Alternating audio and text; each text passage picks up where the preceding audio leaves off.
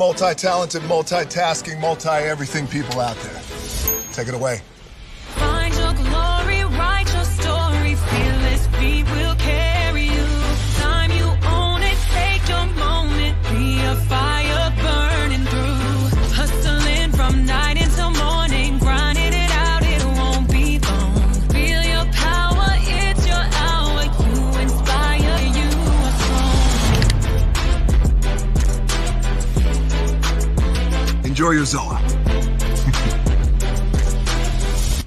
No applause? You're all fired.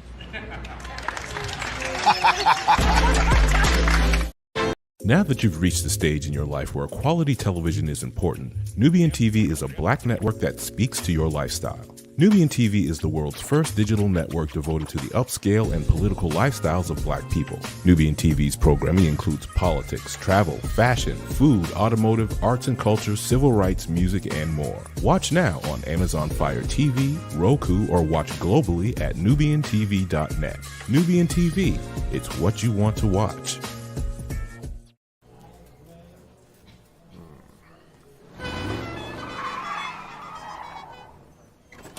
Come with me if you want to live a more delicious life.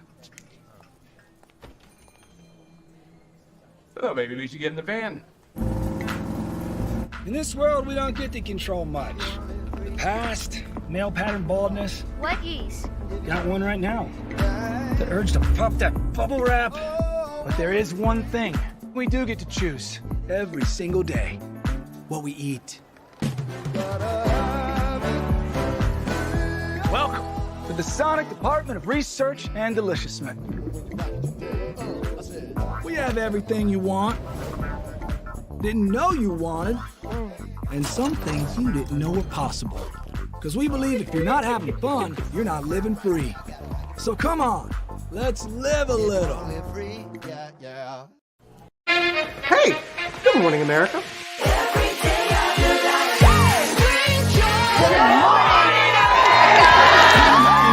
Good morning, America. Good morning, America. Good morning, America. Money!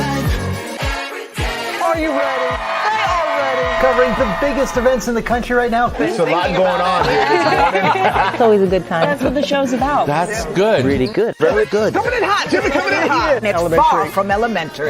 Good morning, America. I'm not going to try to strut like Michael or anything. I have known George a long, long time. Have you ever gotten him to dance? Look at that face. You don't just see it, you feel it. I'm in. I'm in. I'm in. I'm in too. I'll be here. I am here and so happy. I'm in. I'm in too. I'm in. That tells you something when Snoop Dogg's in. Michael, George, Lara, Ginger. Caesar. Just look at him. Politician. General. Author. Ruler. Man.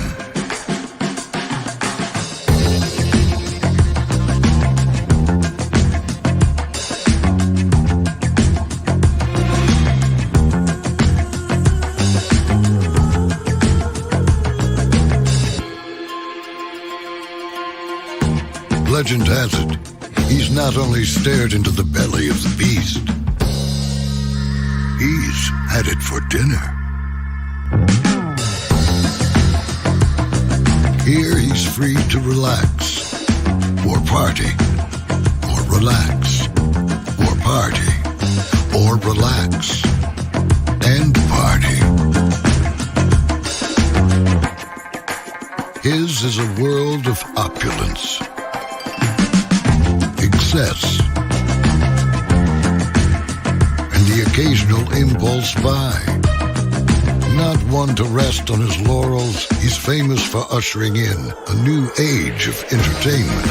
So, for anyone seeking a place where the sun never sets on a good time, all this awaits. I am Caesar, and I approve this palace.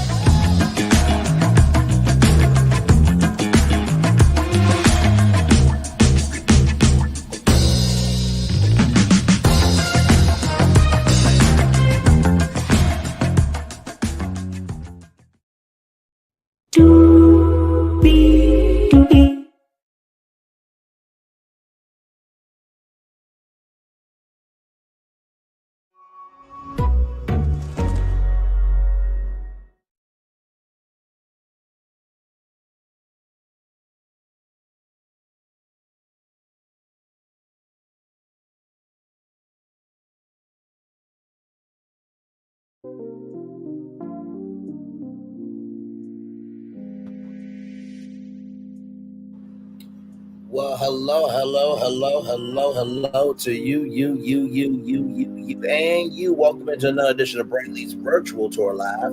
Glad to have all of you here in the building. Today's been a little bit quiet, and I've been noticing some stuff's been shifting on YouTube, but hey, I'm still committed to the show and still giving y'all a great virtual tour live. Tonight, the evening edition, we have 1, 2, 3, 4, 5, 6, 7 destinations for you this evening. Mr. Beast, he is known as YouTuber's biggest YouTuber with over 300 million subscribers. There's a lawsuit. I'll fill you in the details. Bruce Zuchowski, he has done something that Elon Musk did. When Elon Musk asked about the other side, why they haven't been through, 45 almost went through.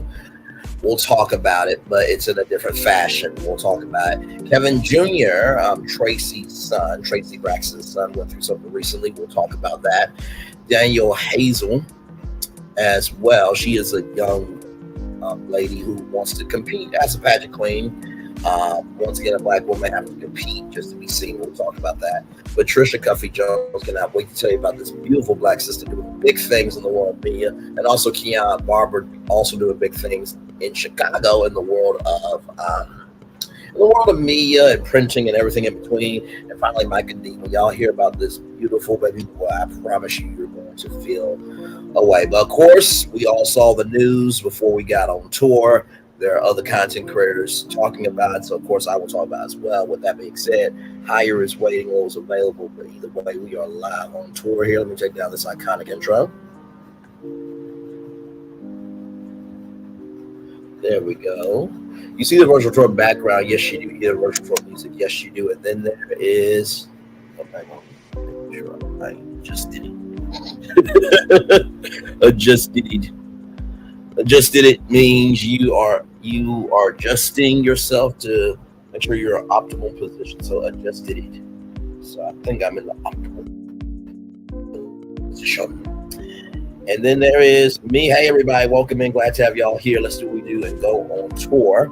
Have Mr. Beast up first, but before that though, I kind of figured this would happen anyway. I really did. So not surprised by it at all. From People Magazine, People.com, Diddy denied bail, sent back to jail. His lawyers describe as horrific to wait for trial. Sean Diddy Combs was denied bail again on Wednesday, September 18th, a day after a federal judge in Manhattan remained him to wait trial at a jail in Brooklyn. The rapper was initially denied bail during his arraignment in Manhattan federal court on Tuesday, September 17th, yesterday, and remains in jail. A different judge denied his request for bail on Wednesday. Combs' legal team promptly appealed the judge's decision to deny bail and returned to the court the following afternoon. In a September 17th letter to the judge, Combs' lawyer described conditions at Metropolitan Detention Center in Brooklyn as horrific and not fit for pretrial detention. Well, I mean, listen. At the beginning, middle, end of the day, I mean, Diddy did what he did, so he's getting what he's getting, right? Be lucky that they moved him into his own cell at all, right? Because for all the allies that you gain, you also gain a lot of enemies too. Combs' legal team promptly appealed the. I read all that already. His defense proposed in court Wednesday that Carter live at home alone. In Florida with a 24/7 security team that will monitor a pre-approved guest list. He offered to give up any access to his cell phone or internet, and one of his lawyers, Mark FL, nothing but prepare for his trial. But Judge Andrew L. Carter Jr. said there is no condition or combination of conditions to ensure that he would not obstruct justice for 14 witnesses. Like I said, Diddy contacted one of the witnesses 54 times in one day just to intimidate her. Combs, dressed in the same black shirt, striped sweatpants he wore during his first bail hearing on Tuesday, dipped his head, looking down at the defense table when he heard the judge's decision. In a 14-page indictment unsealed in the Southern District of New York Tuesday, Combs was charged with 1 count, each of racketeering, conspiracy, sex trafficking by force, fraud, or coercion, and transportation to engage in prostitution. So here are some more. So that's another picture of what happened in the courtroom. So I'm going to finish reading this here. And a 14. Okay. Calling Combs a serial abuser, Assistant District Attorney Emily A. Johnson said in court Tuesday that the rapper has demonstrated a pattern of abuse and for years been undeterred by law enforcement. He's in extreme danger to the community, she added.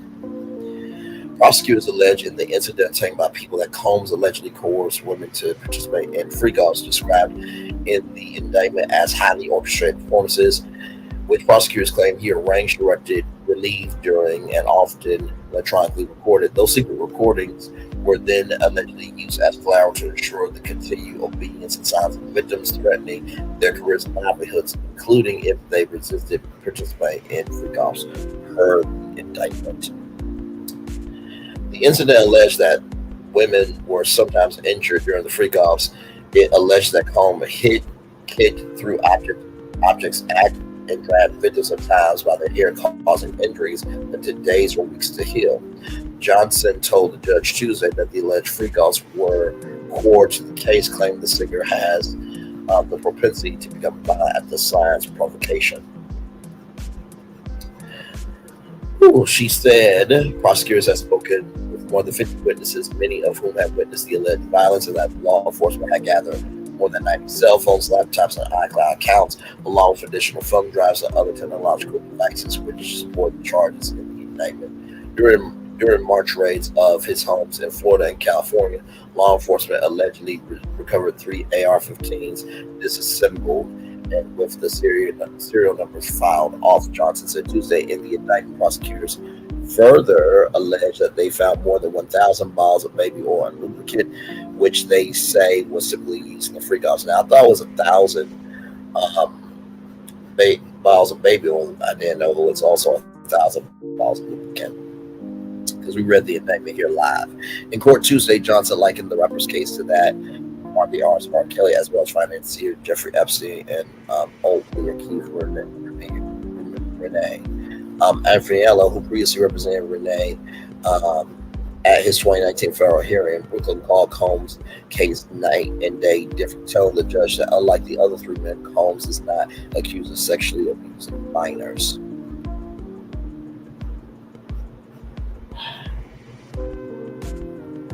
Sir, that does not make the crime any less atrocious by you saying that. If anything, what it is showing me is that you are trying to make $1.15 in any capacity to get him out of this. That is sick. Telling the judge that unlike the other 3 men, Combs is not accused of sexually abusing minors. What difference does that make? Minors should not be abused and grown women should not be abused, nor men,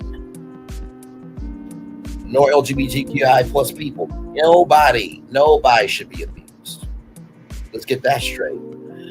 He further argued that the sexual interactions had been between consenting adults and that the singer should not be shamed for his desires. Is it sex trafficking? Afrinella asked Tuesday, not if everyone wants to be there. Woo! Are we not all better off if the federal government comes into our bedroom? He added, then acknowledging the singer sitting in court nearby with two U.S. Marshals standing at attention behind him. He continued, they're coming to this man's bedroom and making judgments. This has nothing to do with sexuality. This has nothing to do with sexuality. It is the fact of right is right and wrong is wrong. On Tuesday, Anfriello proposed a $50,000 bond secured by the rapper's $48 million residence, the mortgage of which his lawyer said he paid off in anticipation of the indictment. Magistrate Judge Robert F. Zuchowski, who initially denied the rapper's bail Tuesday, knowing his alleged substance abuse, what seems like anger issues, telling Combs that she was in him jail. I don't know that you can trust yourself not to harm people, she said, leaving court Tuesday.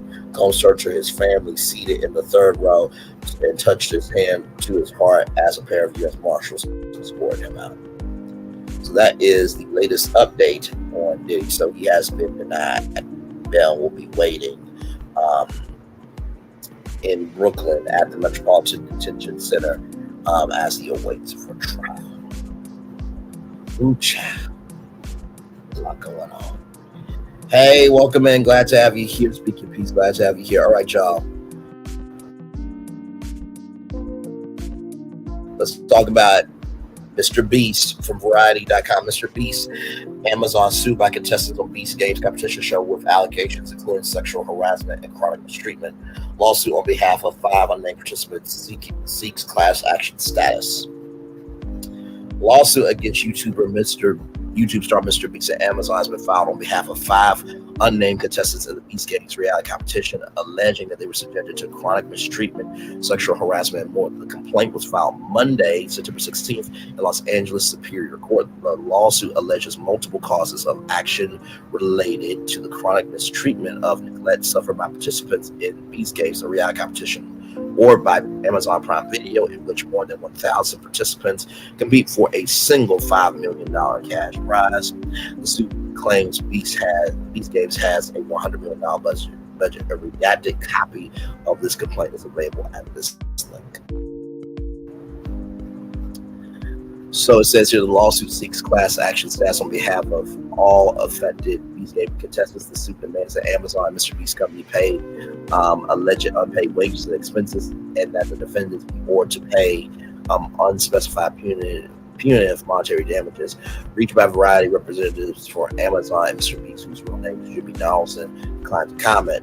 According to the lawsuit, Amazon, Mr. Beast, MRB 2024 production company, very original name, an independent production firm, Off One's Base LLC, limited liability company, among other things, failed to pay minimum wages and overtime, failed to prevent sexual harassment, create conditions that subject contestants to infliction of emotional stress, did not provide participants uninterrupted meal breaks or rest breaks, and expose contestants to dangerous circumstances and conditions as a condition of their employment.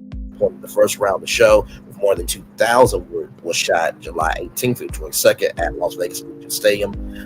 The 1,000 participants who made it through the Las Vegas competition moved on to the next round, shot in Toronto, Canada in August. While participants knew upon signing the contract at the production's inception that they were facing a potentially long and challenging competition, they alleged getting a lot more than they bargained for.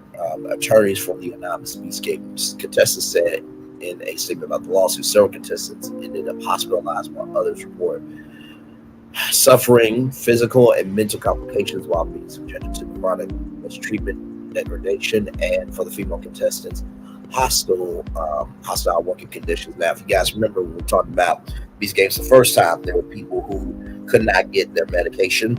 There was a woman who had a bad tampon for a couple of days where it could have been infected. There was pushing and shoving of women down to the ground because the challenges were in the men's favor. We'll get into that in the lawsuit because, like it says here, this link right here, I have that up as our next destination here. Well, it's still part of the same destination, but anyway. According to the lawsuit, Beast Game participants were deprived of medical care, food, sleep, and the necessities of basic hygiene. Portions of the lawsuit are redacted, including some of the details involving the sexual harassment allegations. The plaintiffs have filed this action as using pseudonyms and applying conservative redactions that limit the public view in a good faith effort to comply with defendants' overbroad confidentiality provisions, which plaintiffs allege are unenforceable, as well as to preserve the confidentiality and private interests of the plaintiffs who wish to avoid open bellum. The lawsuit states. The lawsuit seeks to establish a pattern of sexual harassment. According to the attorneys representing the 5 plaintiffs, for example, the complaint cites instructions from an alleged How to Succeed in Mr. Beast production employee handbook that includes this: if the talent wants to draw a cream stick on the whiteboard in the veil or do something stupid, let them. Really do everything you can to empower the boys with filming and help them make content, help them be idiots. Must have missed that because I actually read the whole document. Shout out to Rosanna Pansino. One of the female plaintiffs in the complaint, identified only as contestant number 5, said in a statement, "I wanted to join because I was a fan of Mr. Beast, and his videos made me smile during the COVID-19 pandemic. I expected to be challenged, but I didn't think I would be treated like nothing less than nothing. As one of the women, I can say it absolutely felt like a hostile environment for us. We honestly could not have been respected less as people, much less employees, if they tried." According to the lawsuit, Beast Games producers create working conditions that have jeopardized the safety of workers, including by not providing sufficient food or drink, not providing adequate medical staff on site, not providing reasonable medical care, forcing them not to sleep, forcing them to participate in games that reasonably risk physical or mental injury. As extreme as the allegations against defendants are here, the law cannot be more clear, said Robert Palafi of Palafi Law Firm, lead counsel for the plaintiffs. Participants entered into contracts and they were promised compensation for their services. Their expectation of compensation, along with them being consistently under the control and supervision of the production staff, makes them employees under California law. As such, they were entitled to and denied certain protections. And when you add to that the extreme neglect, degradation, harassment, and inhumane conditions, it is quite simply a massive direction of deflection, I guess, or direction, either way, of duty for which the defendants must and will now be held accountable. A release date for Beast Games on Prime Video has not yet been announced. Amazon touted it as the world's largest live game show with the biggest single prize in the history of TV and streaming. Donaldson, 26, is the biggest YouTuber in the world. He currently has 360 million subscribers to his main YouTube channel, the most of any individual content creator. Mr. Beast has garnered a massive fan base through his videos feature outrageous stunts and big money giveaways. His most viewed video on YouTube to date is his 2020 reenactment of Squid Game, which replicated elimination challenges from the hit Netflix show and awarded the winner $456,000.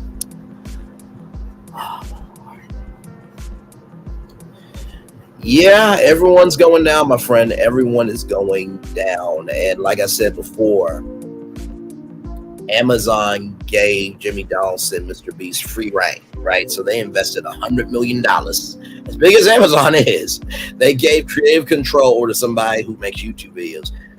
A production for a YouTube video is different than a reality competition, right?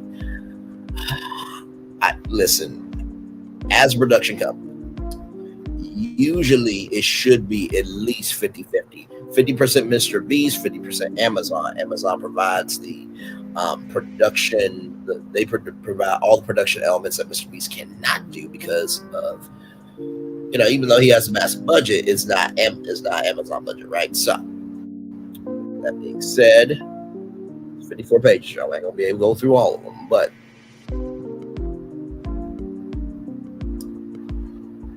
right here. So I'm gonna bring you in as much as I can.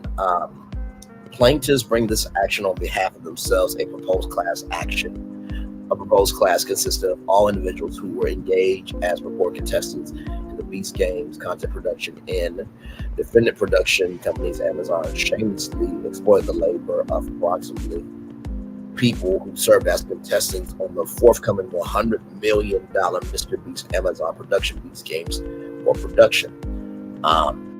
Or the pilot name, Red Light, Green Light, which was from Squid Game. Now, there's a thing called IATSE Cruise. That is Union Cruise. IATSE is not on this production because Mr. Beast wanted to be cheap with production and not paying people, allegedly. which Amazon promotes as the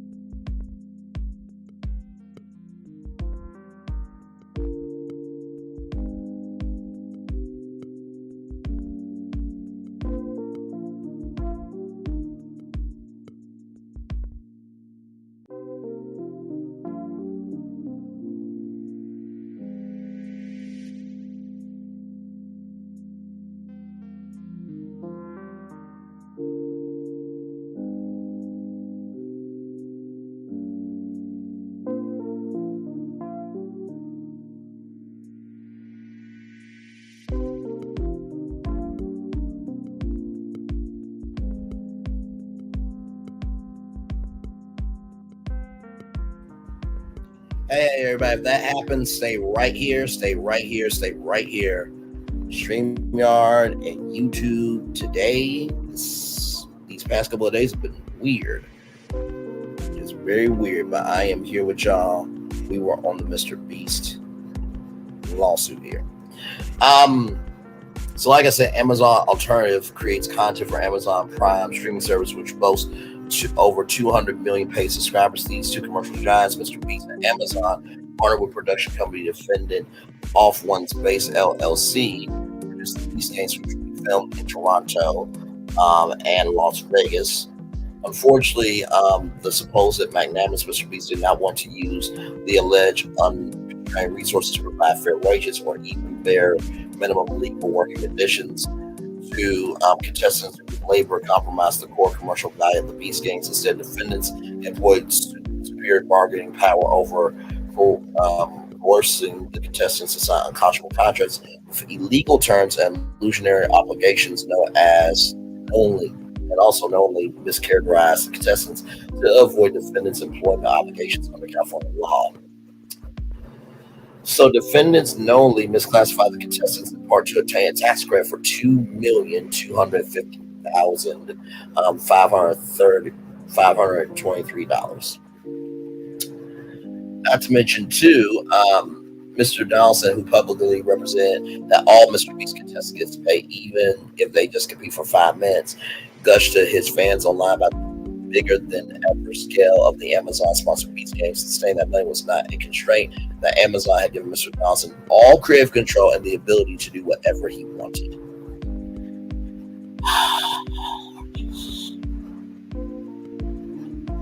Now, if this were to be successful, then that will open up the door for Kim and myself, T-Talk with your girl, and many other content creators that want to produce. But because Amazon gave Mr. Beast all creative control and gave him the ability to do whatever he wanted, things are going to fall through the cracks, because guess what?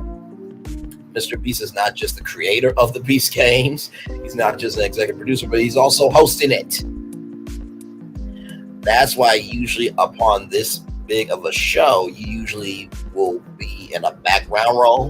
But because Mr. Beast has painted himself in the corner, he has to be the host of it, because Amazon's hoping that his YouTube audience of 360 million subscribers will subscribe to Amazon Prime Video, and hopefully if they like the Beast games, they'll like the other content, and will be a recurring subscriber. Oh Lord Jesus. So let's see here. Right here, so that money, that tax credit from the stand of VOD, which defendants on information and belief would not have received if they had disclosed the production's actual labor costs, including the significant labor of contestants in the budget they presented to the Nevada Film Commission with their tax credit applications. Defendants then induced to serve as contestants on their $100 million protection based on a false representation that 1,000 people will be competing to win a $5 million cash prize, announcing only upon contestant arrival, reducing the contestants' odds of winning before the competition began. Ooh, my lord. Defendants further relied on the misclassification as a false justification to avoid paying employment taxes, to spread production costs of implementing various employment protections required under California law, including minimum wages, overtime, mandatory meal and rest breaks, workers' compensation benefits, itemized wage statements, and timely payment of wages, reimbursement, and other things. Defendants then subjected the contestants to unreasonable, unsafe, and unlawful employment conditions. Defendants began the Beast games where contestants were held under strict control and surveillance for days on end. During the Beast games engagement, the on-set production staff maintained the strictest control of the contestants, denying them all privacy and access to the outside world. The contestants were fed sporadically and sparsely. They were not given adequate access to hygiene, proximate medical care. The New York Times reported that over a dozen people who participated in the first installment of the Beast Games said they had not received adequate food or medical care, and that some comparisons had suffered injuries from the physical challenges. The female contestants particularly and collectively suffered as a result of the defendants' actions. The Beast Games work environment systematically foster a culture of misogyny and sexism, where the production staff did nothing while redacted. Female contestants were also denied, I'm guessing, tampons and other toiletries. I'm assuming that defendants callously dismissed. Oh, my Lord Jesus. This ain't right.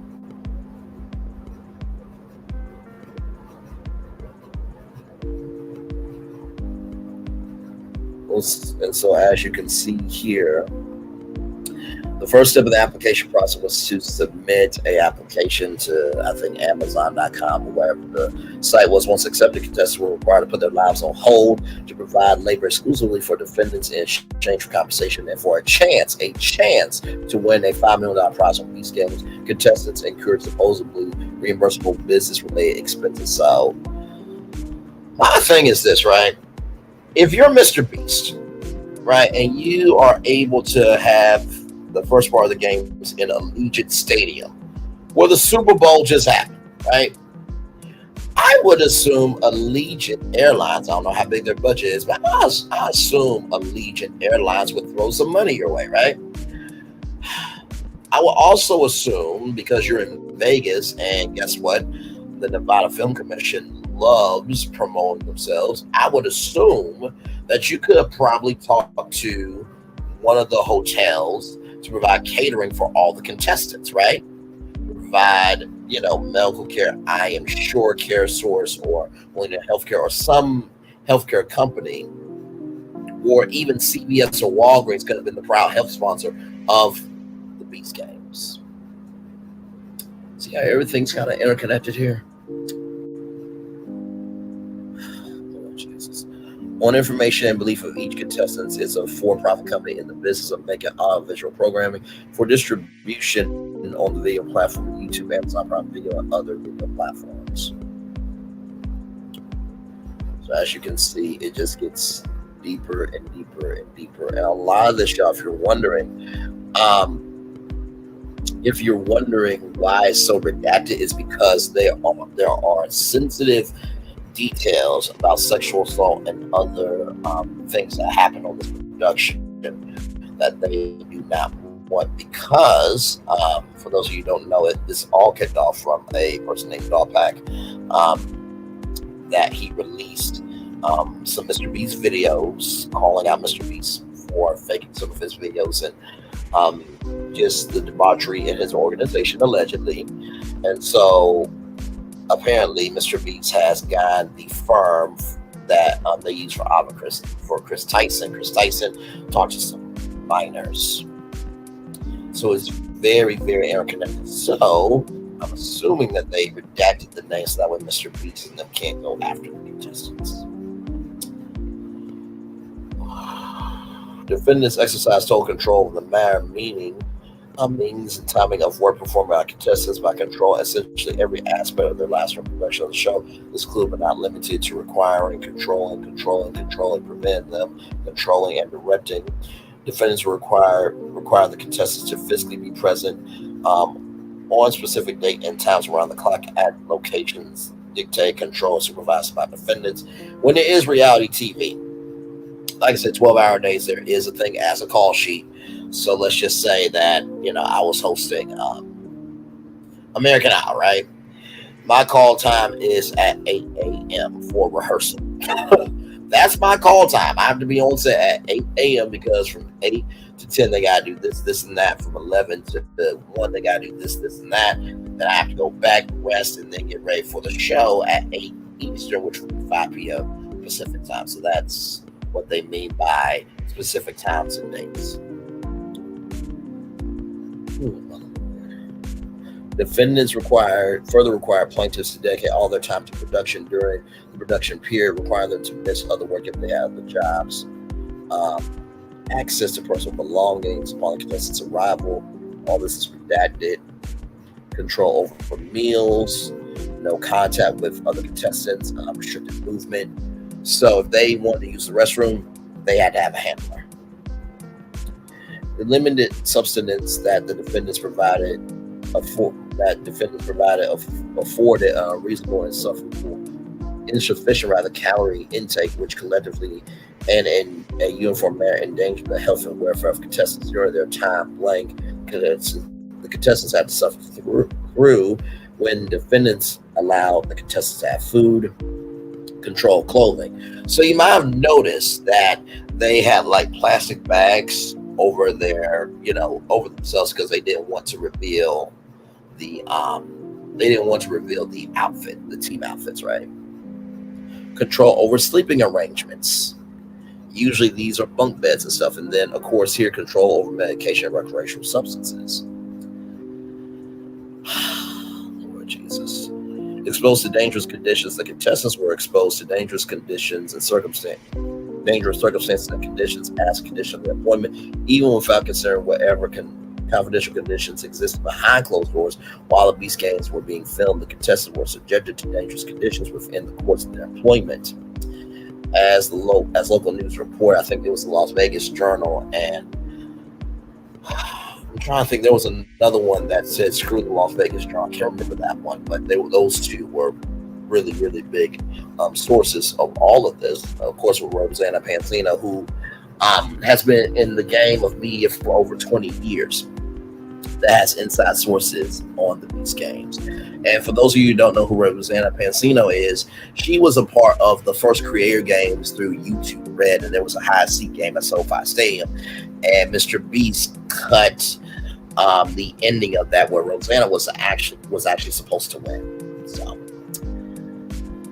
oh Lord, my Lord. As local news report, many contestants found it was the poor set conditions rather than the challenges themselves that proved to be the main difficulty. Contestants were pinned into closed spaces under conditions where they were underfed, overtired, and compensating in stressful and exhausting challenges for a cash prize that could change their lives. The danger, moreover, was exacerbated by defendants' seeming failure to conduct background checks. And then this is Rosanna Pansino. I have received confirmation from 5 verified contestants that for the first round of the Beast Games, a man named Armanzi Adia is allowed to compete. Trigger warning, everybody. He was previously charged with 20 counts. 20 counts for battery, kidnapping, pandering, pimping, and robbery. He pled guilty to the pimping charge, acknowledging the significant evidence against him. He allegedly also slept near female contestants before being kicked off set for inappropriate behavior. Some of the female contestants confirmed being very uncomfortable around him. He's also friends with Jake Paul, other influencers. Usually, what will end up happening is, for example, the Bachelorette, and the Bachelor, they all are in the main house. So they all are in one house, and the Bachelor and Bachelorette are in their own thing. So the men should have been sleeping in the men's bunks, and the women should have been sleeping in the women's bunks. So it was co-ed. Co-ed means male and female. Oh.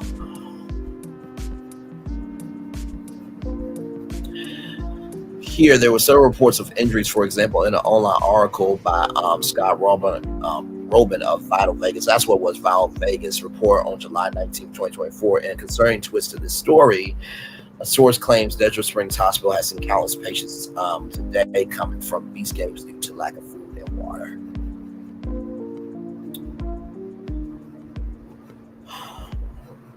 The work that the contestants perform for defendants is not work outside the scope of defendants' core live entertainment content business, as would be the case, for instance, for a service provider providing ancillary production services such as a food caterer. The usual course and scope of defense production bids have nothing to do with cooking or serving food.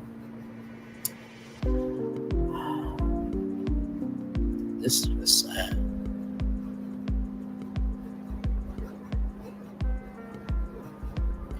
Contestant work that the contestants perform for defendants is not work or services that they provide to us. Unlike the catering example, contestants do not make their own living provided contestant services to various customers. Rather, this was labor that contestants provided, particularly for defendants.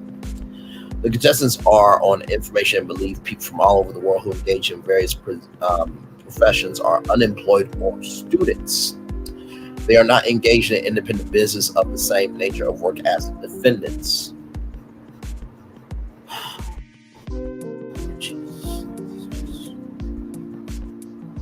As you can see here, these are the expenditures in Nevada. So they did not have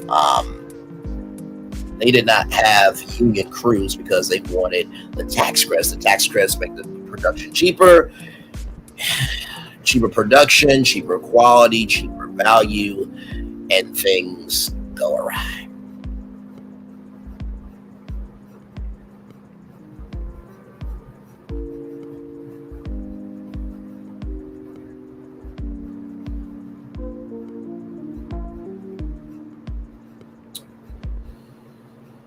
Okay, so here it is here. Defendants failed to provide a safe, helpful place of employment to the particular collective determined female contestants who suffer sexual harassment.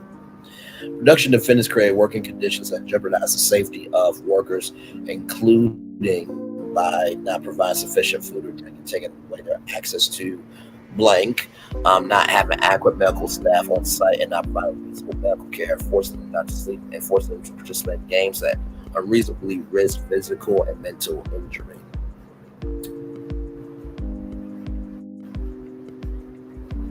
This is just and then right here, I already read this, but it says here from the Mr. Beast handbook, really do everything you can to empower the boys when filming, help them make content, help them be idiots. If the talent wants to draw a cream stick on the whiteboard in the video or do something stupid, let them.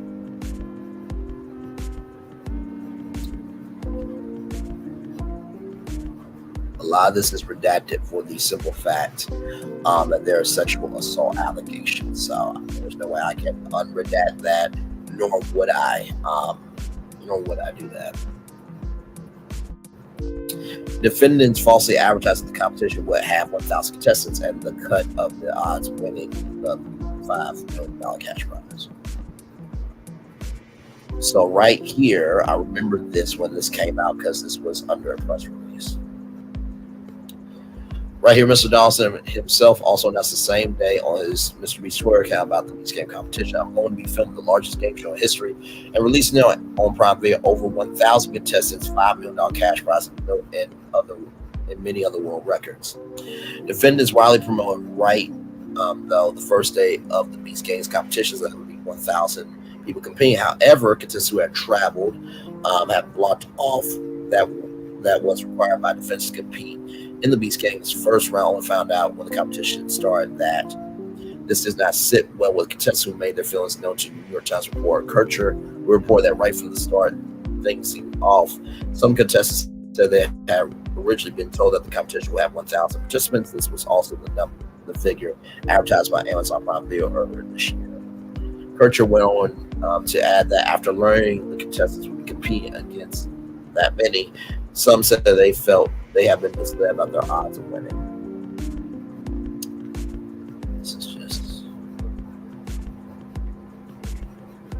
I'm trying to give y'all the skim version here.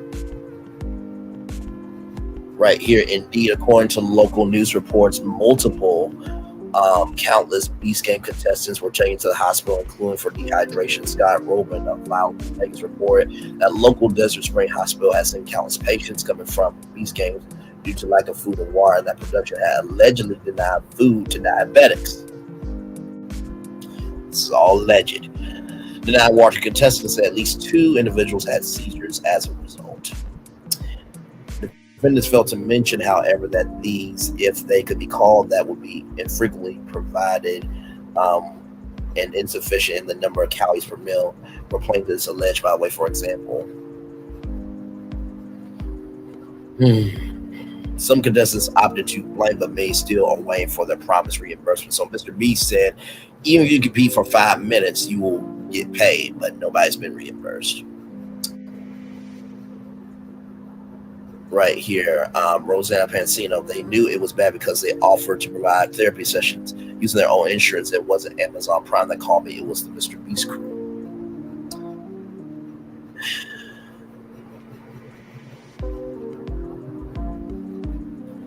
More things here. Contestant 1 understood that they would be compensated by the defendants for their services. Defendants took more than 30 days after contestant 1's conclusion of services to pay contestant 1 the promised payment. Same thing with contestant 2. Contestant 2 understood that they would be compensated by defendants for their services, while defendants today they have not been reimbursed. They have not reimbursed contestant 2 as the date of this file. As of the date of the filing of this complaint, contestant 2 has still not received compensation by defense for their services. Contestant 3 in the same case. Basically, all these people have not been compensated. All that is redacted.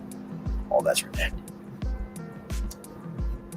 So you see here, California Labor Code for unpaid minimum wages, unpaid overtime wages, penalties, failure to provide accurate wage statements or any statements, meal break penalties, rest break penalties, waiting time penalties, statutory penalties, liquidated damages, declaratory and injunction relief, attorney's fees and costs, interest, including prejudgment interest, and any other relief as the court may redeem fair.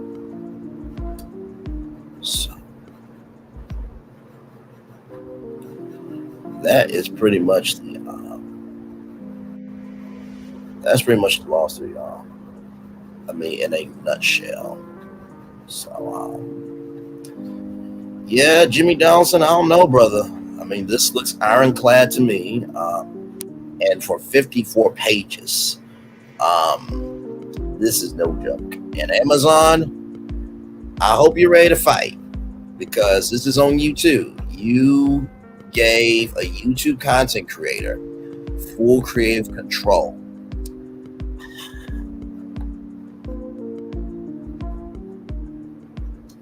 You know what's really sad? And yes, I know it's almost been an hour on Mr. Beast, but this needed to be talked about because here's the thing. There are content creators like me that I just want Brainley's virtual tour to be on TV and diversify my equity and income and also social capital for other people. That's all I want to do. I want to do a social commentator and content creator festival under the Brainley virtual tour brand. Would love to do it. Can't do it because I don't have the numbers. I'm not qualified. I'm not this. I'm not that. I don't fit your box. But yeah, you give Jimmy Donaldson, a person with 316 million subscribers and billions upon billions of views, hoping for the fact that his 360 million subscribers will come over to Amazon Prime Video like the show. They'll become a reoccurring subscriber. And you gave him full control over everything, which means y'all are culpable in this too. Amazon, those were your employees. And let's not get into the fact that at the warehouse, y'all don't treat y'all employees right and good there either, allegedly. Hey, my thoughts. Welcome in Divine Merchants. Welcome in TTG. Welcome in. Child, I can't. If he's found guilty of this, he should receive a special jail stop. I agree. So, hey, Sheree, welcome in. Hey, Helen, welcome in. So, with that being said, Mr. Beast, you gotta own up to this now, bro. Nobody just makes a 54-page lawsuit for no damn reason. Now, from Mr. Beast, someone else was also a beast. From NBC News, Ohio sheriff suggests residents keep a list of homes with Harris yard signs. Portage County Sheriff Bruce Zuchowski used anti-immigrant rhetoric and denounced both the vice president and her supporters. We will look at that clip here in just a minute. A sheriff in Ohio who made disparaging remarks about Vice President Kamala Harris and immigrants on social media suggested that residents compile a list of addresses where they see yard signs in support of the Democrat presidential nominee. And a public Facebook post Friday, of course, it is down by now. I did check, it is down. Portage County Sheriff Bruce Zuchowski used anti-immigrant rhetoric and denounced both Harris and her supporters. When people ask me what's going to happen if the flip-flopping laughing hyena wins, I say write down all the addresses of the people who had her signs in their yards. So when the illegal human trigger warning by locusts, which she supports, needs places to live, we'll already have the addresses of their new families who supported their arrival. For those of you who do not know, I live in Portage County. I went to Kent State University. There was a situation called May 4th where students were standing up for what was right, and the National Guard went in. And so, to be the sheriff of this county where that event happened is sickening. Zuchowski, the sheriff's office, and the Harris campaign did not immediately respond to requests for comment Monday afternoon. The post Zuchowski shared also included TV images mentioning Aurora, Colorado, and Springfield, Ohio, towns that have become flashpoints in the immigration debate.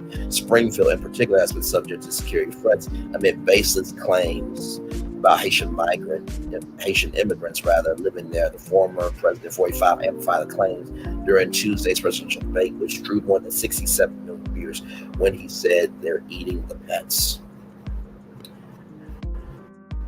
45's running mate, Senator J.D. Vance of Ohio, has made similar remarks on social media, and he doubled down on them in an interview Sunday on NBC's Meet the Press. Springfield Mayor Rob Bruce said a lie is tearing apart the city of nearly 59,000 residents. We like We like that this topic since Saturday. Springfield is less than 200 miles southeast of Orange County. Zuchowski Facebook page includes a photo of him and Vance, other pictures of him with 45 allies, such as former National President and former National Security Advisor Michael Flynn and former GOP presidential candidate Van Ramsey. The photo with Vance dated July 15th. One of the photos with Flynn dated June 13th, and the other dated March 13th includes Ramsey. You know, when I told y'all about Elon Musk and what he said about why nothing has happened or why hasn't something on this, that, and the third about Biden and Harris of what 45 almost went through, the former Cleveland police chief was black. He's moved over to another county, but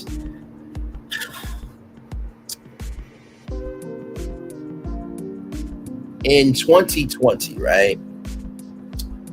Or no, it was 2024, right? It was 2024. In 2024, imagine if the black police chief of Cleveland, Ohio said, well, guess what? We're going to take the addresses of every 45 supporter. Then he would be mentally on the cross. It ain't cool, it ain't right. It's despicable. We all know Laughing Hyena from The Lion King that was played by black people. Let's not front on that. Locusts are in association with, they're coming in like Locust, the devil. Locust, bad, negative connotations, this, that, and the third. And this goes to show me that this person doesn't give a fuck about anybody in this county. Because you know what? You also are saying those students at Kent State University as well are locusts as well.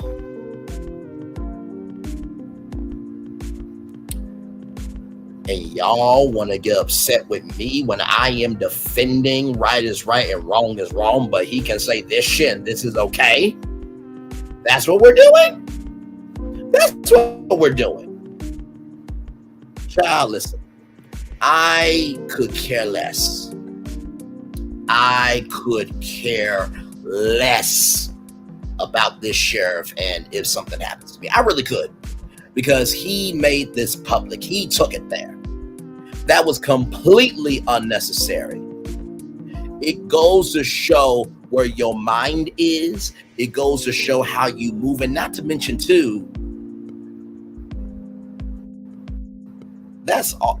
If you cannot serve, protect, and embrace your community, that tells me everything I need to know about you personally.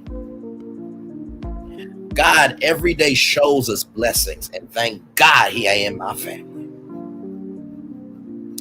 Now, I'm going to play some clips here, and then we're going to move the hell on.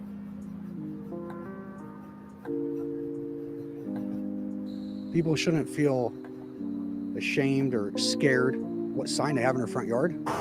But many residents in Portage County are feeling scared after Sheriff Bruce Zuchowski said the following on Facebook about Kamala Harris supporters. Quote, when people ask me what's going to happen if the flip-flopping Laughing Hyena wins, I say write down all the addresses of the people who had her signs in their yards. So when the illegal human locust, which she supports, needs places to live, will already have the addresses of their new families who supported their arrival. End quote.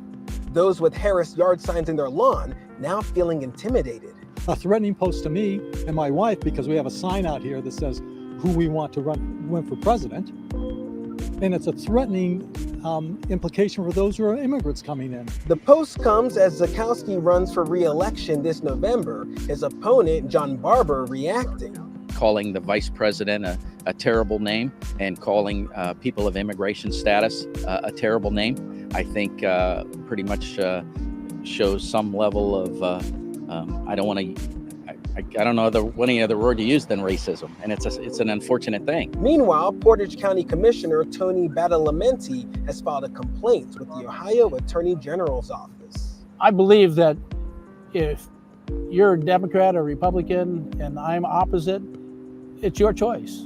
And I should have the free right and will, without being intimidated, that I can share my beliefs or have a belief in whatever I do.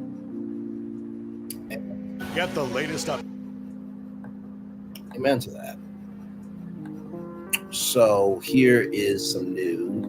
Here's a little bit more context from Cleveland 19. Cleveland 19 actually went to the Portage County station. Here we go. There's a new controversy brewing in Portage County. The sheriff there posted what some would say are shocking comments surrounding the election and immigration. 19's Harry Boomer is outside Portage County Sheriff's Office, and Harry has details and the reaction. We all have freedom of speech, but should an elected official post derogatory comments on his personal Facebook page? I'll let you hear the comment as read by a resident here in Portage County and get his reaction to it. We here to speak with the sheriff. Okay, just a minute. Thank you. A short time later, this gentleman came to the door. Let me just talk to him first, and then just leave him there, Mike, and I'll talk to you, and then we'll... No, sir. Okay. Mike is part of who I am. He kindly said that Sheriff Bruce Zuchowski was not in and that his department would send me a statement. I'm not a fan of the Portage County Sheriff to begin with. Martin Brimlett has lived in his Portage County house for more than 30 years. I asked him to read in total what Sheriff Zuchowski posted on his Facebook page. When people ask me what's going to happen if the flip-flop and laughing hyena wins, I say write down all the addresses of the people who had her signs in their yards, so when the illegal human locusts, which she supports, need places to live, we'll already have the addresses of their new families who supported their arrival. What do you think about that? Not much. I mean, I'm not a fan of the Portage County Sheriff to begin with. Doesn't surprise me that it would be something he would say. Surprisingly, we didn't see a lot of political yard signs until we turned onto the street where Brimlett lives. There, we found both signs for the Harris Walls campaign and for former President Donald Trump. If he wants my address, he's welcome to come over and get it. I certainly won't be supporting him in November, I can tell you that. Both former President Donald Trump and Sheriff Zuchowski are running for re-election. Well, my neighbors, most of them have lived here for a long time. They know I'm a Democrat. And so I guess they've accepted the fact that I'm going to have signs for Democratic candidates in my front yard. That statement I was promised on the Portage County Sheriff's Office has not come through yet. Sheriff Zuchowski, I'm still waiting. In Portage County, I'm Harry Boomer, 19 years.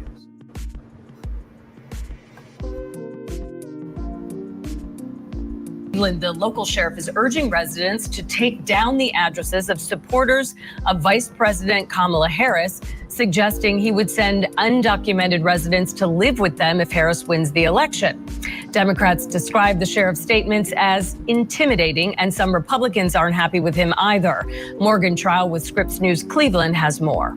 There's controversy in Portage County as residents say they're now afraid to put up yard signs, all because of a Facebook post from law enforcement. Why would I want to put something in my yard to be targeted for? Portage County voter David Lindvay says he won't be putting up his Kamala Harris for President sign anymore. Neither is Sheila Longmire. Saying that he wanted to know the address of everybody that's supporting her, that's crazy. That's scary. They both say that their county sheriff is trying to intimidate them. On September 14th, Portage County Sheriff Bruce Zuchowski posted on both his personal and professional Facebook pages saying, when people ask me what's going to happen if the flip-flopping laughing hyena wins, I say write down all the addresses of the people who had signs in their yards. I should be able to vote for who I want to vote for without my safety being violated. Zuchowski, a Republican running for re-election, continued in his viral post. So when the illegal human locust, which she supports, need places to live, we already have the addresses of their new families who supported their arrival.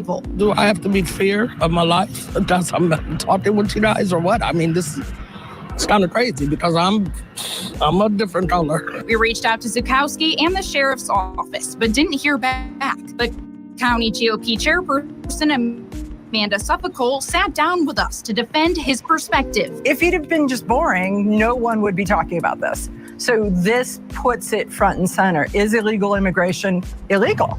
And do people within the county, within the state care about it? And indeed they do. We asked her specifically about his remarks on the VP and immigrants. He called her a laughing hyena. So there's no racist statement in that. Of course he did. I mean, we've always had caricatures in politics. Still, she says this wasn't voter intimidation, just a way to start a conversation. Is this something that you should be fearful of?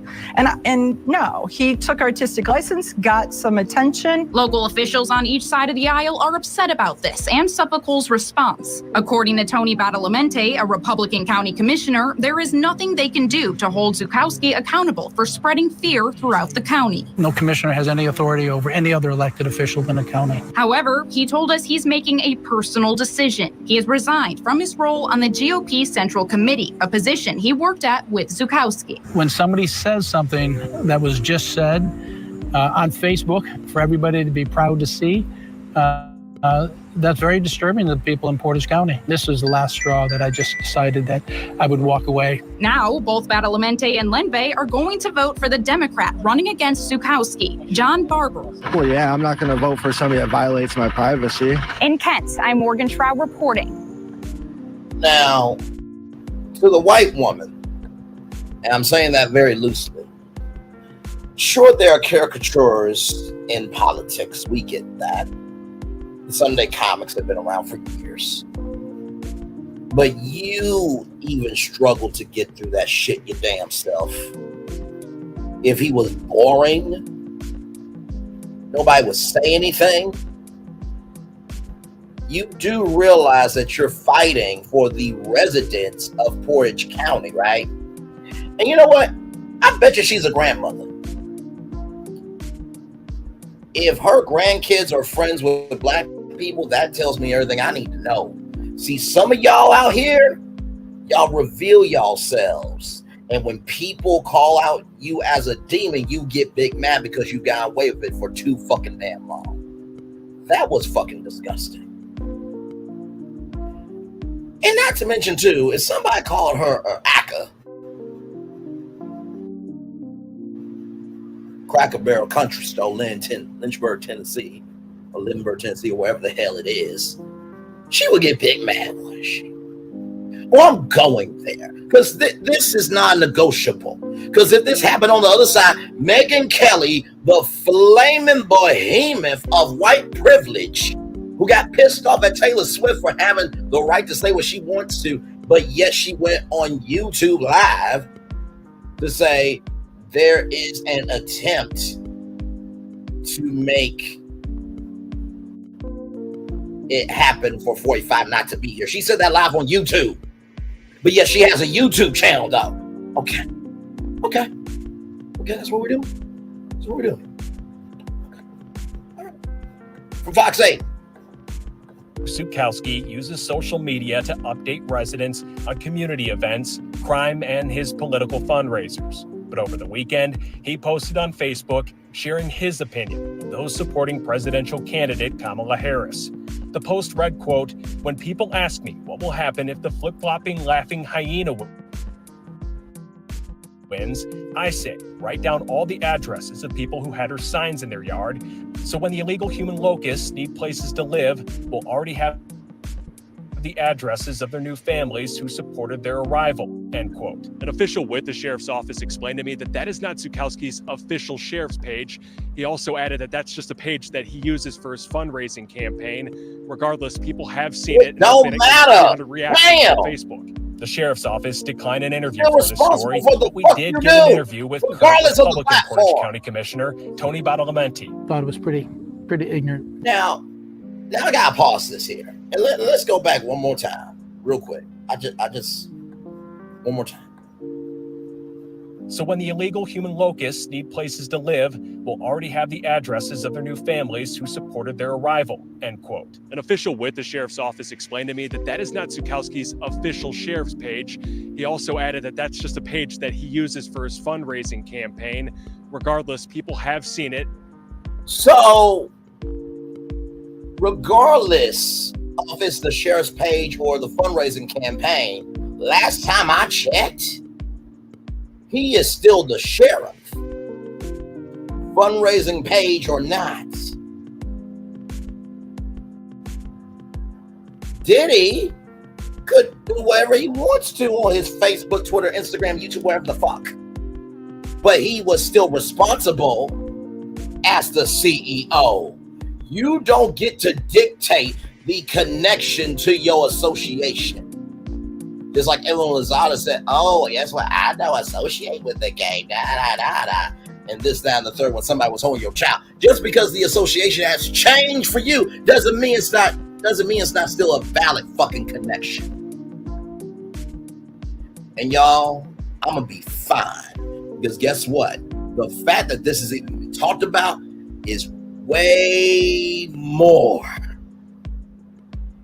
than what I'm doing. Because that sheriff ain't gonna do nothing to me nor nobody covering this story, because he took his fucking ass to public social media and said it out loud. Guess what, sir? You did this to yourself. So don't get mad at me. Don't get mad at other people. If you see me walking, yep, I'm Braylon Lee. Sure the fuck is. See, we gotta bring shame back. We gotta bring bullying back. We gotta bring back accountability. Because if we don't, this is what the fuck we get. What goes on in this house stays in this house. No, this is our house. If the outside is impacting the inside, then we need to take care of what the fuck is happening on the outside. If there's something on the inside that's impacting the outside, it needs to be given a fuck about too. Vice versa. Let's roll the fuck. And there's been at least 300 reactions on Facebook. The sheriff's office declined an interview for this story, but we did get an interview with current Republican Portage County Commissioner Tony Badalamenti. Thought it was pretty ignorant. Once it goes on Facebook, nobody really cares where it came from. If it came from you, it's you. Badalamenti isn't just using words to express his frustration. He's also taking personal action to prove a point, resigning on Sunday as the Republican representative of the Portage County Central Committee. Each person has their own thought process on how they think they should represent their party. And I choose not to. I disagree with that behavior. Also talking with us Monday, I thought it was disgusting. Former U.S. Marine and current Portage County resident William Lane, who says he's disappointed on a personal level. Well, I took an oath to the Constitution to defend it and install enemies foreign and domestic. That had nothing to do with party. And that's the same thing, same oath that Bruce took. Regardless of which way you sway on the post, the community will ultimately decide Sheriff Bruce Zuchowski's fate in the voting booth. And with his election approaching in November, people will have their say soon.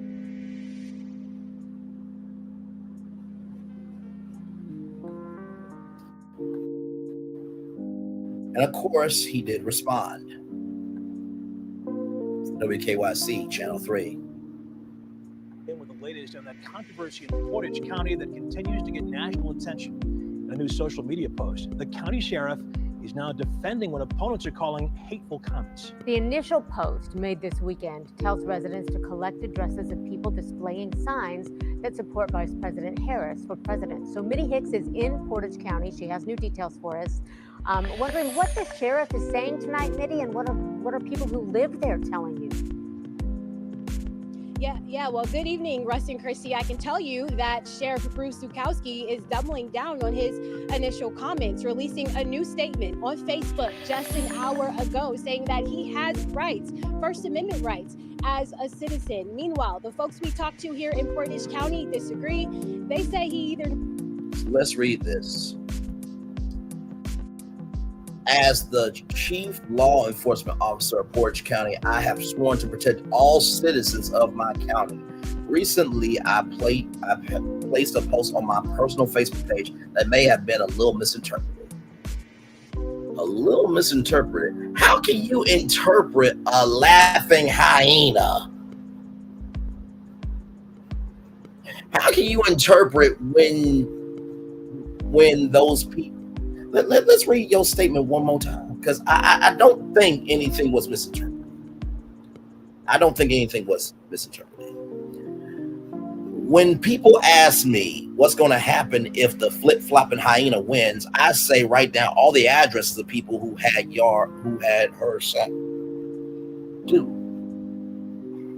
Sorry, anyway, when people ask me what's going to happen if the flip-flopping hyena wins, I say write down all the addresses of the people who had her signs in their yards. So when the illegal human locust, which she supports, need places to live, will already have the addresses of their new families who support their arrival. Did y'all see? Let's zoom into this white spot, because maybe it might be something. Hang on. I'm looking, I'm doing some invisible ink shit. No, I ain't saying shit. You said what the fuck you said. Flip-flopping, laughing hyena. That is a connotation of black people, motherfucker. Okay? Laughing hyena. You said what you said on that. Illegal human locust. You knew exactly what you were doing by the inset that you associated with illegal. Illegal means bad. Locust is a insect that causes destruction. That goes back to we need to keep Muslims from entering the United States until we figure out what the hell is going on. And then collecting addresses, that's intimidation. But it was misinterpreted, you dumb fuck. Now, I know my parents are going to be like, Lord Braylon, Jesus, we cannot. Braylon, just stop saying stuff. Just stop saying stuff. I know my parents are thinking that, but guess what? Y'all raised me up just fine.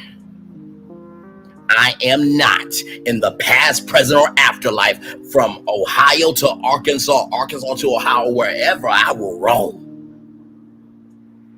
Be subjected to hear this and not raise myself up with the upbringing that runs through me to call out right is right and wrong is wrong. I still love y'all, but right is right and wrong is wrong. Y'all raised me that way. I'm executing that. No apologies. He didn't make no apologies for what he said. Why should I make apologies for what I said? He said what he said, period. This fool is a prime example why voting is important. If people get out and vote and vote, his eyes won't be elected, vote blue no matter who exactly. His neck is one of the colors of the flag behind him, in my opinion. And it is, child. It is. Well, let's read your statement.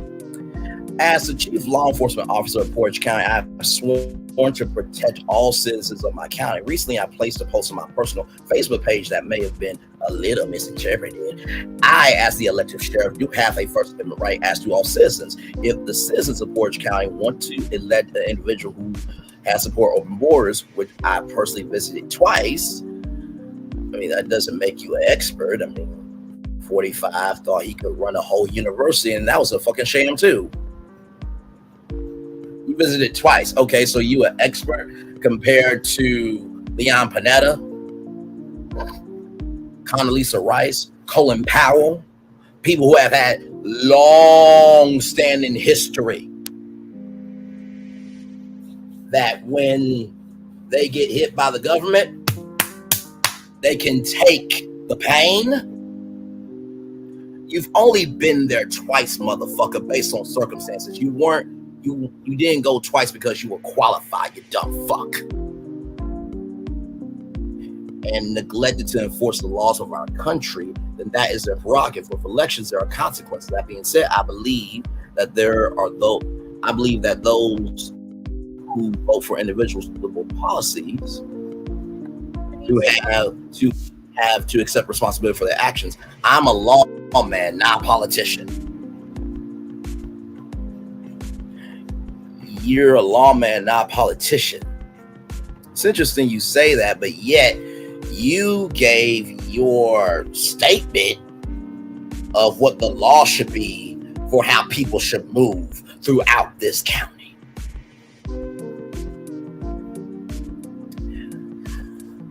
I would also like to thank the overwhelming support I am receiving from many people in Portage County who are afraid or not allowed to agree with me publicly. Stay strong. God bless.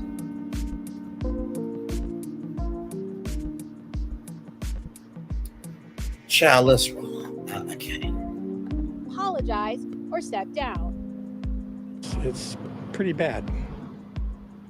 And you sit there and target people that you're supposed to be in charge of protecting. Charles Callista has lived here in Portage County for over 80 years, and this is the first time he says he's seen what he calls disgusting comments from an elected official, and he's not alone. I'm not sure I would feel safe having the sheriff come to my house if I needed help. He's talking about this post on Sheriff Bruce Zuchowski's Facebook, telling his supporters to write down the addresses of the people who support Vice President Kamala Harris for president if she wins. In his post, he calls her a flip-flopping, laughing hyena as he talks about the issue of immigration. These comments aren't sitting well with residents. Some residents are now pushing back on his comments by putting up signs. I'm not afraid to put a sign up in my yard, although I realize that makes me a target. But political leaders worry that it's causing voter intimidation.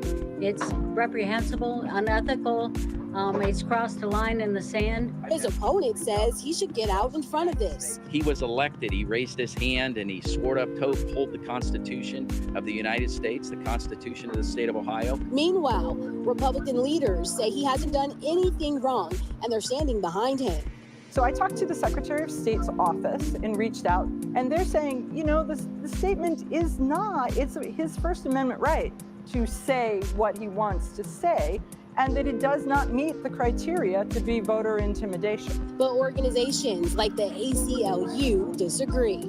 The notion that the Portage County Sheriff is keeping a list of Harris supporters raises a specter of other forms of official retribution.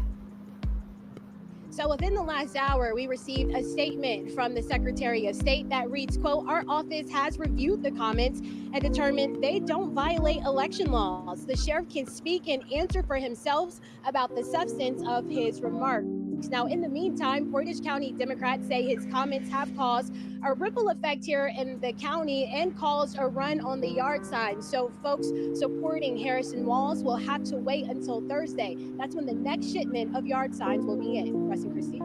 Just want to point out once again that we have requested an interview with the sheriff several times over the past day and have not heard back.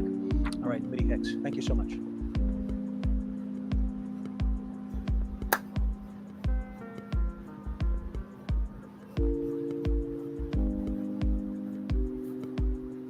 What else needs to be said? What else needs to be said? Now, normally I go to at least 4 topics and then a break. But I'm going to take a break right here because we did Mr. Beast and this piece of shit right here. Not Russ Mitchell, not that young lady. I'm talking about Bruce Racist Oski. I'm going to take a little break. We come back, I got Kevin Jr. on deck. I got Danielle Hazel on deck. I got Patricia Cuffie-Jones. I got Keeana Barber. I got Micah D. All that and more coming up right here on Bradley's Virtual Tour Live. Like, comment, share, and subscribe. We are live on tour. We're back.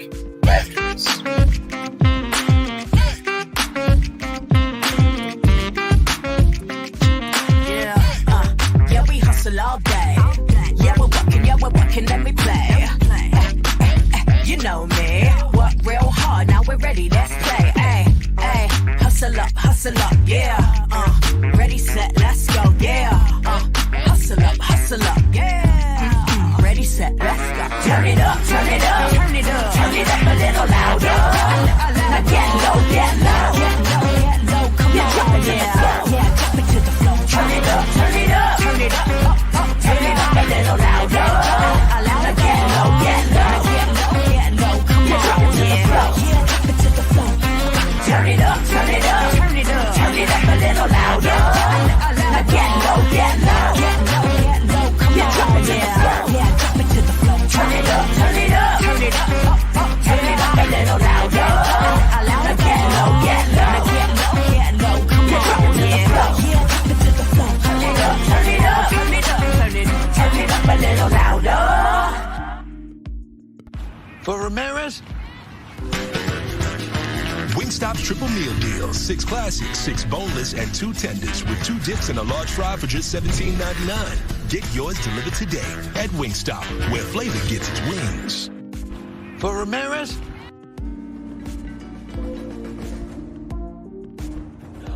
When we start a project, we always start with story. That story is key. So we began with the story of the Waturi people. The myth of the Waturi people is that long ago, they set out on their outrigger canoes looking for a new home. There was a legend that said they could only find this new home with the help of this mini golden-finned fish called Kanuku. And they searched across Pacifica and Polynesia, and they visited all these islands. They went to Bali and Tahiti and went as far as Rapa Nui, Easter Island. Along the way, they made friends, collected sort of the culture, and they sailed on and on and on, and they almost to the edge of the world. There, to their amazement, was Kanuku. And she turned to the people and said, "You are ready." Turned and swam away. They followed, and within a day, they caught sight of this smoking mountain on the horizon, which was Volcano Bay. And it was pristine, beautiful, lush, everything that they would want in a home. And that's the backstory that informs everything we do in our design. The idea here is to create the best experience. We know what our guests want. They want the thrill and excitement of our theme parks, but they also want a place where they can relax and chill out and feel pampered. Nobody wants to stand in line. And so we said, let's get rid of them. Nobody wants to carry rafts up a ride tower all the way to the top. So we said, let's do that for you. Exhilaration, excitement, and relaxation. That's what you're going to get at Volcano Bay.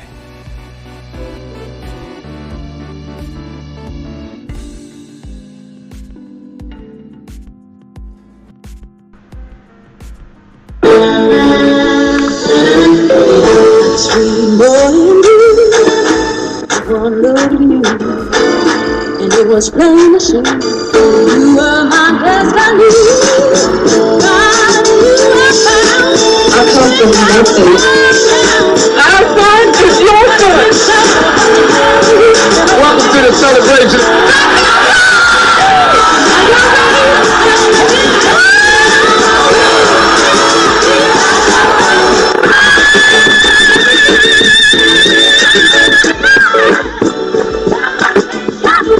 We all we got.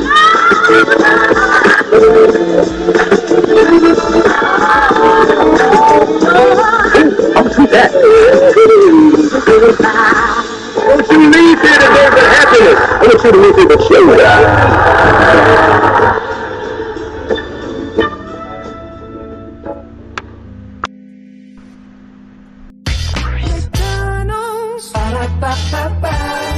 I'm loving it.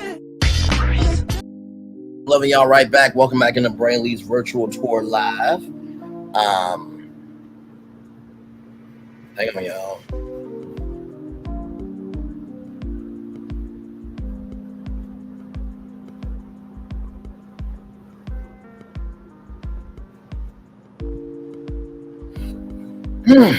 Welcome in, everybody, to Brainley's virtual tour live.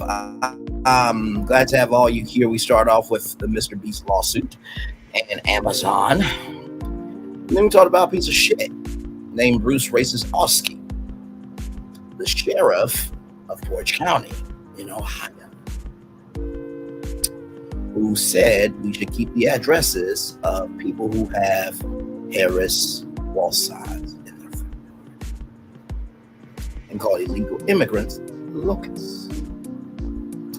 And also wants to send illegal immigrants to those homes because they have their right to support what they want to. That's what we are on Wednesday night. Now,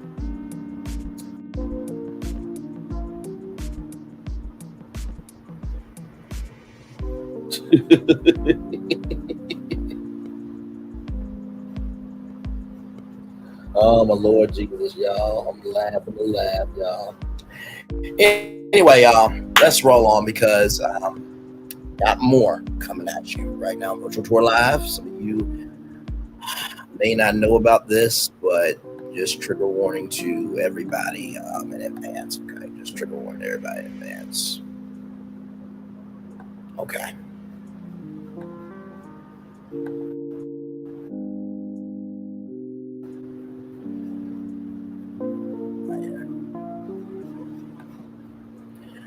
The late Tracy Braxton's husband, Kevin, allegedly appears to physically attack his son, Kevin Jr. on video. This comes up from the Jasmine brand, so trigger warning. Okay, here we go. Me no. You told me no. You told me no. You told me no. You told me no. When I asked you if they can live in our house, you know what? You said no though. But you said no. You told me no. You told me no. I'm not lying. I have no reason to lie to you. Who the motherfucking dude? Man, go. There you go. Let's do it. Let's do it. Let's do it. Because you call your motherfucking mother cancer. You call my wife cancer. Me no. The lie. You know what? To do that to your son, you must have forgotten that your son also lost somebody. He lost his mother. You lying sack of shit who cheated on your wife.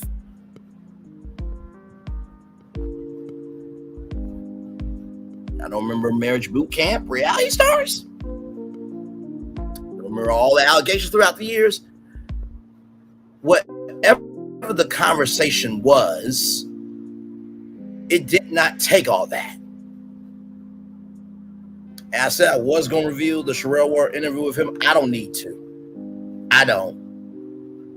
You are big mad that your wife chose the son to handle her legacy. That was her right.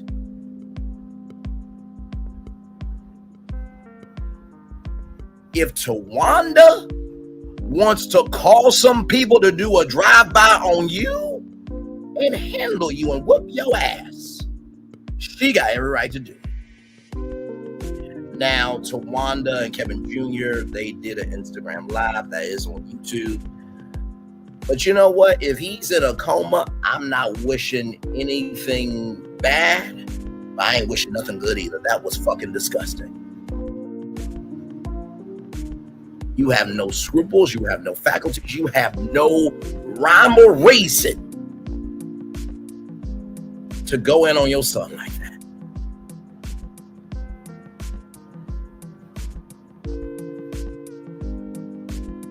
Thank God he is free from your ass. And to all the parents out there, you need to be careful of how you treat your kids, because when they get older, they got rights and privileges too.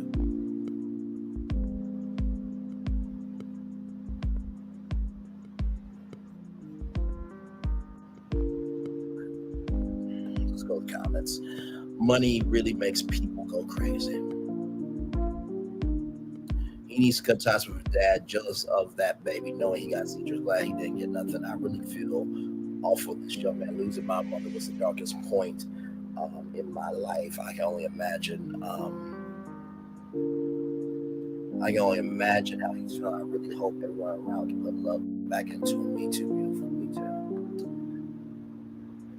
What did he say about cancer? OMG, I'm so sick for her son. Why would he do him like that? I know you up in line. Mm-hmm. However, as an auntie, the way we were pulled up and locked and loaded, that part, I don't like this. I don't like this. It's posted for public consumption. It also breaks our heart that he is saying the son caused her cancer. That's not true.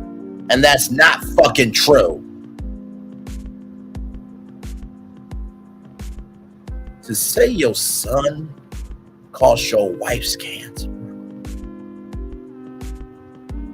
when they've told the story about how she couldn't eat right, they were at a birthday party and her throat was burning. You a sick fucking bastard. And Tamar, I know you the rowdy one of the group. Tamar, I'm gonna need you to be big auntie. Okay? Need you to be big auntie. To wanna be in mama auntie, I need you to get Joe Swaz, since you say you the one, you the two, to be the three and shit. Be that for your fucking nephew.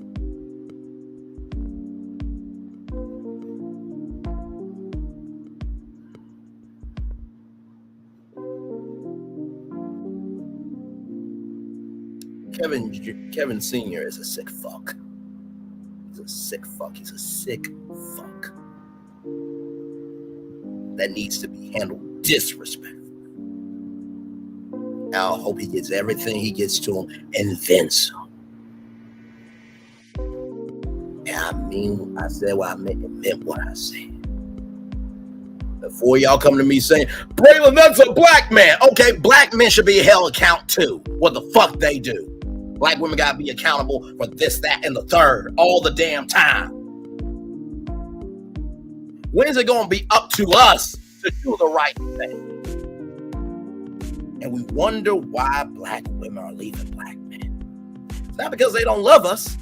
It's because they know their standards and requirements and they're not negotiating. They're basing it.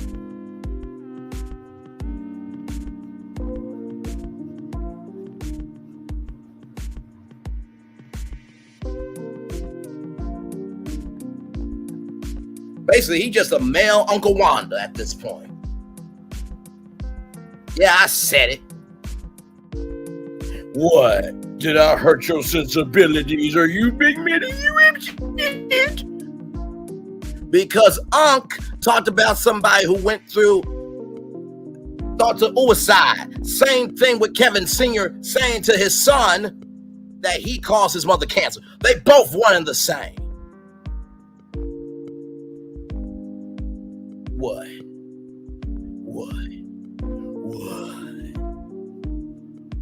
Let's roll the fuck on. All right, y'all. Gonna breathe.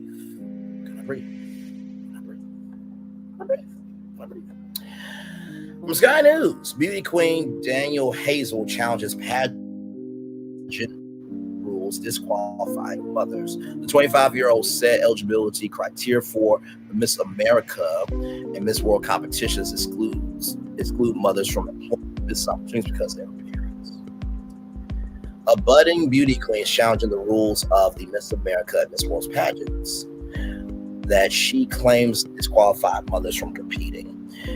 Danielle Hazel, 25, always dreamed of entering the competitions, but was devastated after learning she is no longer eligible because of her 6-year-old son, Zion, whom she had at 19. She has now filed a complaint to the New York Commission on Human Rights in a bid to get rid of requirements on the grounds that the rule denies and excludes mothers from employment, business, or cultural opportunities simply because they're sassy parents. They just allow married women into the pageant. So married women can be in the pageant. Parents can't be in the pageant. Is this what we're doing? So see what I mean? Y'all always are moving the goalpost. And then you wonder why people don't want to play the game. Announcing the complaint at the city's women's rights pioneers monument in Central Park, Miss Hazel was joined by esteemed feminist lawyer Gloria Allred. As we stay in Danielle's file complaint, this exclusion is degrading to Danielle as it is based upon the antiquated stereotype that women cannot be both a mother and be beautiful, poised, passionate, talented, and philanthropic. Ms. Allred, who has been involved in high-profile cases such as the O.J. Simpson trial, said being pregnant or being a parent is not a crime and should not exclude an individual from employment or business opportunities. Individual status as a parent should not carry a stigma, and no person should have to feel embarrassed, humiliated because they have become a parent. Ms. Hazel added that even when she told her son about the rule, he said they were stupid.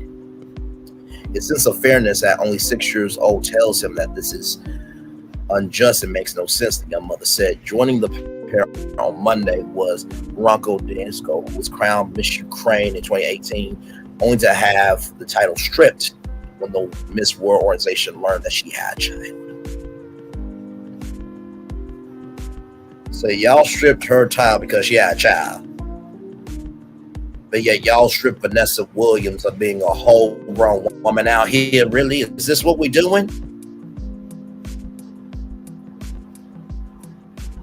Y'all do realize 45 own the pageant. The same 45 that say they'll let you, when you're a star, they let you do it. Do whatever you want, grab him by the ussy. But he's still walking around.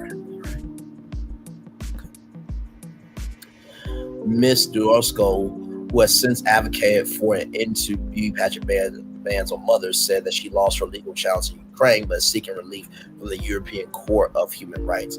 Stuart Mostev, a lawyer for the Miss America pageant, told the New York Post that there's no ban on mothers, only those with legal custodianship of their children. Okay, well, guess what? There's been custodians for years. What? Okay, and some of y'all in the Miss America pageant organization probably have had custodians over y'all lives too. Like, what the actual flying hell? Eligibility for 2026 and beyond to become a local or state participant for competition cycle 2026. Some states starring locals in March of 2024, competing as a state title holder at nationals in January 2026. You must meet the age criteria as shown below. Miss America 18 to 28 must be 18 by state competition and no older than 27 at state competition. Miss America's team 14 to 17 must be 14 by state competition, no older than 17 at state competition. For all ages, you must also meet the criteria as shown below. Be a U.S. citizen, United States citizen, be female, single, no legal dependents, and meet residency requirements for competing in your city or state. The pageant's website states that all those applying for the contest must be a U.S. citizen, be female, be single, have no legal dependents, and meet residency requirements for competing in a certain city or state. The only ban is where it's necessary to protect the welfare of the child, Mr. Monti said, claiming that Miss America works 365 days a year, is busier than the President of the United States. Really? Really? You mean to tell me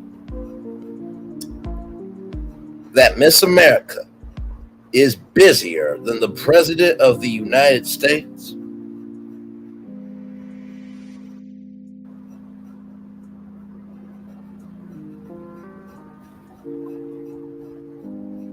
I'm looking to see where the truth is in your ish. I'm really looking, and I can't see a thing.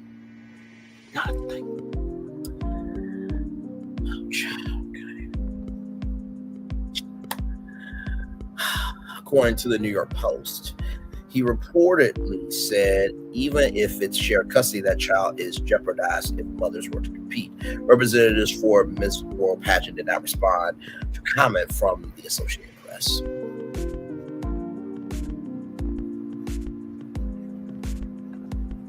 Really?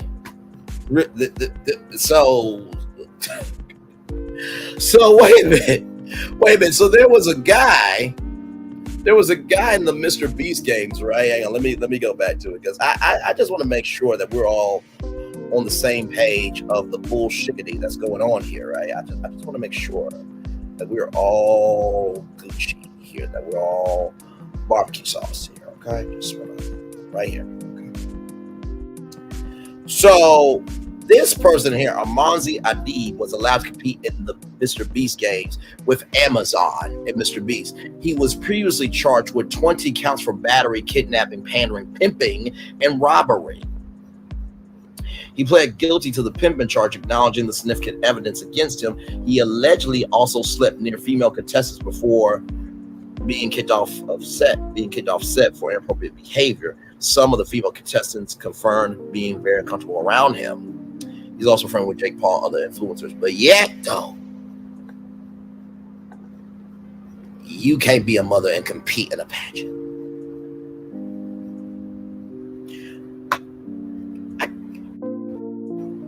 A racist sheriff just said that illegal immigrants are locusts and called a black woman a laughing hyena. And a white woman capitulated, agreed, and leached onto his racism. But yeah, if you're a mother, you can't compete. We just had a black man say to his son that he was the cause of his mother's cancer. But yeah, if you're a mother, you can't compete.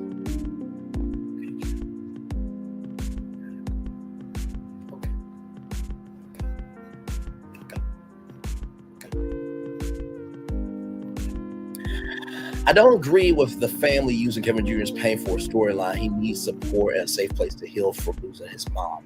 Teresa Wright says, speak of peace, I agree with my son passed. Prayers up to you. We had to put our grandson in grief counseling quick. It worked wonders for him. Speak of peace says to Teresa Wright. We all see this young man is in a bad place. He lost his mom, and his dad is mad that his son is sole heir to Tracy's estate, and he has his aunt using him for TV and a check. Now listen, you have every right to say that, speak your piece, but I don't know about Tawana now. I feel like she's ready to ride at dawn. Okay. But I do hear what you're saying. And to anybody and everybody in the bushes,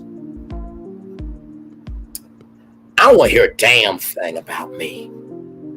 Not one thing. Because at least I am respectfully pissed off over things that need to be talked about. Not dragging a mother and daughter just because they got rejected from being in their circle. Okay? Okay. It's mind-boggling to me that grown people with more responsibilities can't have this energy. But yeah, I don't have none of these responsibilities, and I've been raised right to know that the world is bigger than me. I give a damn. That's sad. That's broken, and that is beyond the pale behavior from y'all. Let's roll on. Child, I don't even know if anybody's gonna come up, child, but it is what it is. It is what it is. And honestly, I lost some subscribers, y'all. At this point, if I'm losing subscribers,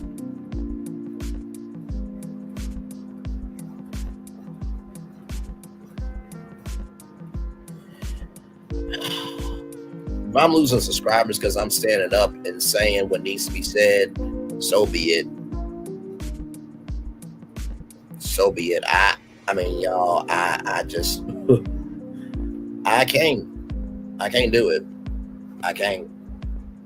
I'm not one of those people that I'm going to do anything just to have a channel.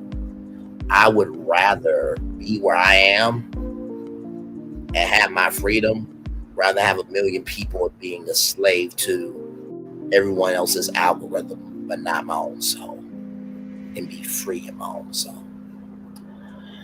Tawana is the only aunt that shows up for this boy. You're right, Brand, but I would love to see her step up and cut the cameras. I agree with you. I agree. And I think that if there's a season 2, there's going to be more things in place. And I have a feeling that there's some conversations happening behind the scenes right now that need to be had. Leave me there. The word's sassy.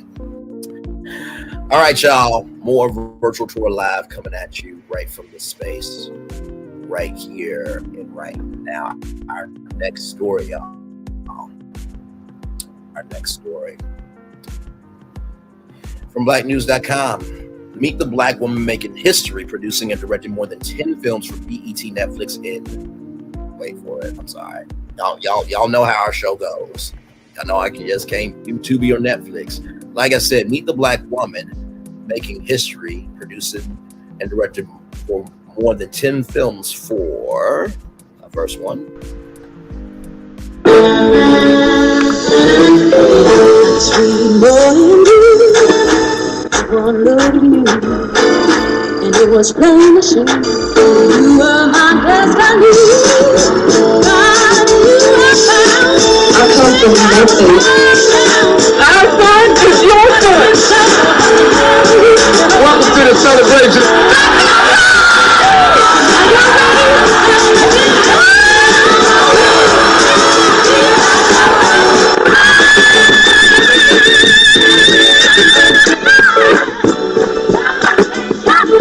We all we got.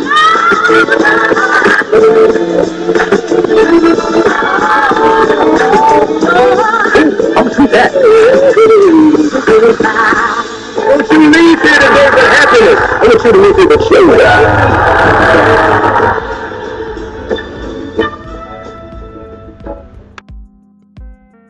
So produced for BET.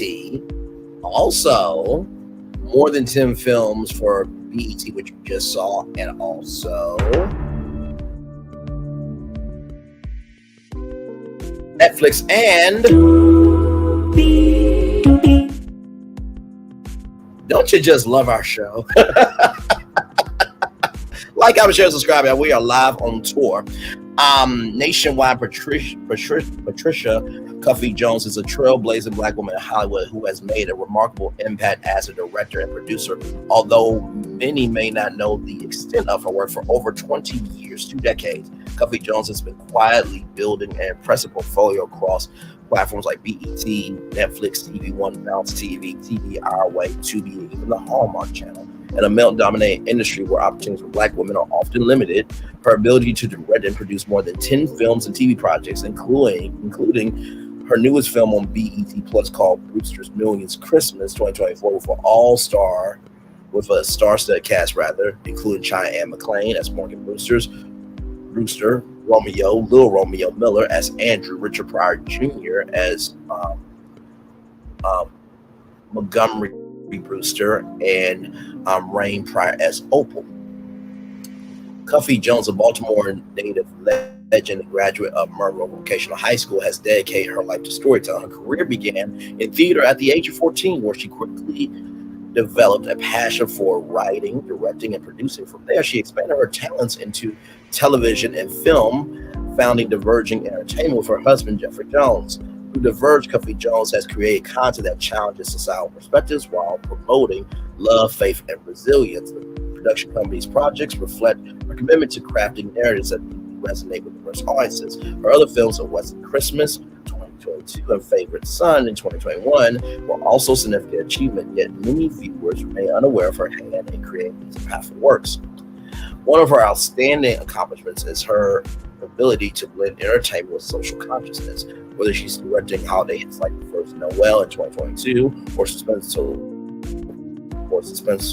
thrillers such as Game of Deceit in 2023. Cuffie-Jones brings a unique vision to each project. She also remains hands-on throughout the production process, ensuring that the story she tells reflect the complexities of her life. Her leadership behind the camera has earned her 5 NAACP Theater Award nominations for her period piece Love So Deep, which spanned from the 1930s to the 1970s. Cuffie-Jones' rise in Hollywood has not been without its challenges. Early in her career, she often faced rejection with countless no's, been there before she decided to take control of her own path by greenlighting her own projects. This entrepreneurial spirit has been key to her success, enabling her to continue producing meaningful content without waiting for validation from traditional industry gatekeepers. Her determination and resilience have been integral to her staying power in an industry that can be unforgiving to women of color. Despite the long hours and hard work that go into each project, Cuffie-Jones emphasizes the importance of balance. She credits her husband and children for helping her maintain her equilibrium between her personal and professional life. While her career is demanding, she values her family time as essential to her well-being, recognizing that the entertainment industry is fleeting, but family is forever. This philosophy has guided her through a career that has spawned over 2 decades and continues to flourish.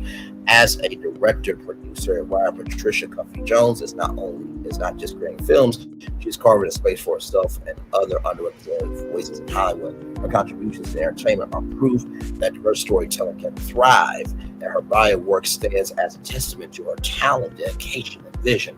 With several new projects on the horizon, including more Christmas films and a BET thriller, Cuffie-Jones continues to push the envelope, ensuring that her stories reach audiences who crave authentic and diverse narratives. Be sure to learn more at her official website, patriciacuffiejones.com. And also be sure to follow her on Instagram and Facebook. So we will go to her website right now.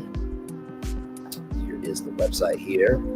Hot Girl Winner, Christmas Ringer. Oh, you know what? Christmas Ringer and Favorite Son was produced in partnership with Swirl Films. Yes, indeed. Yes.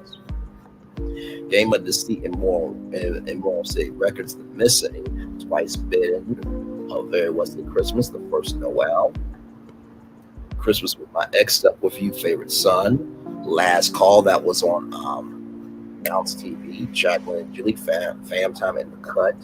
You've just been Big Bone. She has been producing.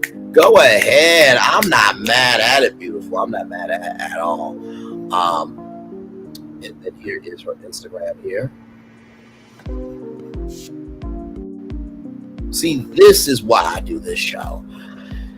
And I know for some of y'all are like, how in the world can Braylon go from boom, boom, boom, boom to a positive news story? Because life is diverse, which means if life is diverse, I should be diverse. The same black man, the same black brother, the same black soul that you just saw that went off for wrong is wrong, also is celebrating that right is right. We don't allow each other to feel anything. And when we don't allow each other to feel anything, then we do not have the space to release. We don't have the space to release. The mental, right here, the mental can be lost. All we have is us. So like I said, for every Queen Sheba, there needs to be a Braylon Lee. You know what I mean? And there's nothing wrong with standing up for what's right, because in the words of Dr. Martin Luther King Jr., our lives begin to end when we become silent on the things that matter. So congratulations to this beautiful sister right here, Patricia Cuffie-Jones. So I think she has a YouTube channel here as well.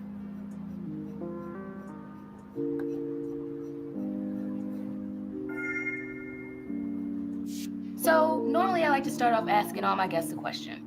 Who do you think you are? You see celebrity couples post stuff all the time where they look all perfect and squeaky clean, but really they're broken on the inside. I just love you guys. Two people who genuinely love each other. No fake stuff, you know? Right. This book is a cry for attention. This book is not going to sustain you forever. And he's not the one looking for a comeback. You're the one. This is your idea. Together, but not together. Remember? Mom, what are you doing here? Oh, that's right. You're married, right? Yeah, well, that still means something to some people. Some people. But what does that really mean to you? I'm not ready to give up on the idea of falling in love with that special one. You're one of those pretty girls who doesn't like to say that she's pretty. Are you asking me out?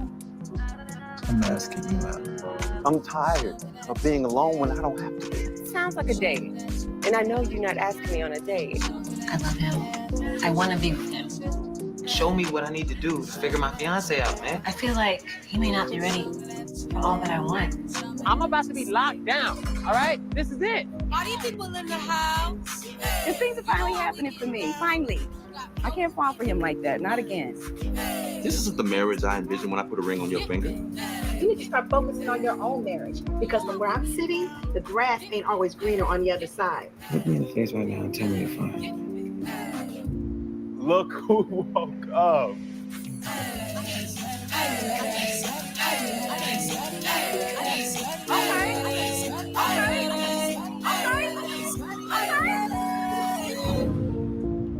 Oh. I'm not gonna sit here in front. That looked really good, child. That is Stuck With You by Patricia Cuffie-Jones of Diverge Entertainment. There you go there. So I will drop the link to her YouTube channel if you guys want to check that out. That is on the Urban Movie Channel, UMC. That is a streaming platform, by the way, ladies and gentlemen. That looked really, really good. All right, y'all. More Virtual Tour Live coming at you right from the space right here and right now. Not that story. Not yet. Not yet. Not yet. Here's another one from BlackNews.com. Keeana Barber becomes the first Black woman to own a Cinerama franchise in Illinois, Chicago, Illinois. In a historic moment for both Chicago and the state of Illinois, Keeana Barber, CEO and founder of WDB Marketing, has become the first Black woman to own a Cinerama franchise on Chicago's iconic Michigan Avenue. This latest venture marks her second Cinerama location following the success of her South Holland store. It serves as a significant milestone in her journey as a Black entrepreneur in the marketing and signage industry. Grand opening of the downtown location on September 7th. Hey, that was my sister's birthday. That's awesome sauce there. Was a momentous occasion featuring a one-of-a-kind ceremony with appearances by Chicago Mayor Brandon Johnson, Alderman Pat Dowell, and Ariel Johnson, CEO of the Business Leadership Council. The event drew local business owners, community leaders, media, eager to celebrate Barber's accomplishment. I'm incredibly honored to bring Cinerama to Michigan Avenue, said Keeana. This isn't just about expanding my business, it's about showing what's possible for women of color and making an double mark on a city that has supported me. Keeana's journey began in 2006 when she launched WD Marketing, a full-service agency specializing in branding, graphic design, printing, and promotional services. Over the years, Barber has built a reputation for excellence and innovation, helping small and medium-sized businesses grow through her unique blend of creativity and strategic thinking. The new Michigan Avenue Cinerama location will offer high-quality custom signage solutions, including monument signs, vehicle graphics, banners, wall murals, and wayfinding signage. Services designed to enhance the visibility of local businesses and solidify their market presence. In addition, Barber's agency will continue to offer its hallmark marketing services, from specialty collateral to promotional products and people marketing. The grand opening was not only a showcase of Cinerama's state-of-the-art technology, but also a reflection of Keeana's hard-working vision. As a pioneer in both the signage and marketing industries, Keeana hopes her success will inspire other aspiring Black entrepreneurs, particularly women, to pursue their own business dreams. It was my honor to welcome WDB Market to Chicago this weekend for its grand opening in the South Loop. Owner Keeana Barber represents what's possible when we invest in Black women-owned businesses, said Mayor Brandon Johnson during the event. As Keeana continues to build her legacy, her newest venture on Michigan Avenue stands as a beacon for both the business community and future generations of entrepreneurs. For press inquiries, contact Felicia Erpri at 773-671-3240. That's 773-671-3240. That's 773-671-3240. Felicia at APPREYPR.com or Keeana Barber at 773-799-4350. That's 773-799-4350. That's 773-799-4350. Keeana at WDBmarketing.com. Congratulations, beautiful sister. Congratulations indeed on that major milestone there for sure. All right, y'all. More Virtual Tour Live coming at you.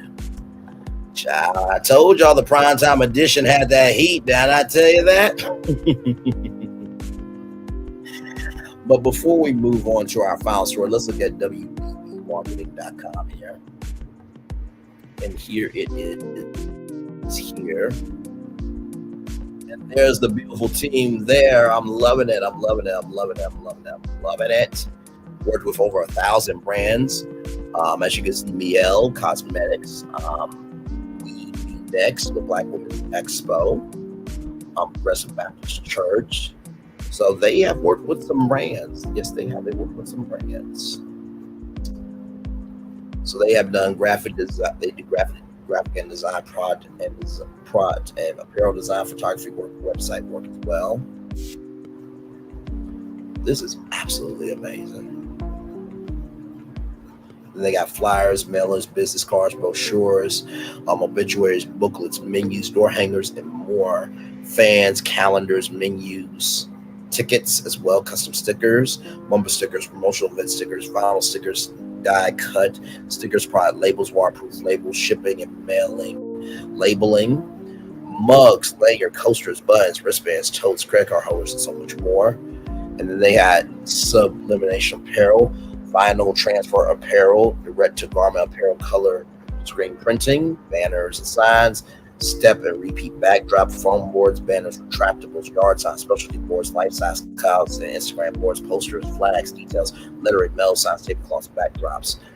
Book publishing as well, book layout, cover design, book printing, bookmarks, and more. Author displays, retractable tablecloth foam board, distribution and mailing service, direct market to household, targeted mails by zip code, mail sort and bundling, EDD, and mailers, mailing service, street team distribution, or hanger placement. Woo, child. And then here are all the brands right here, y'all. This is absolutely amazing.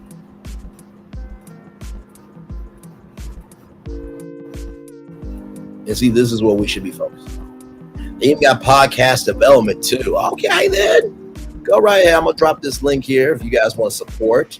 And by the way, there's the number. There's 708-527-3090. That's 708-527-3090. That's 708-527-3090. Or you can email them at orders@wdbmarketing.com. There you go.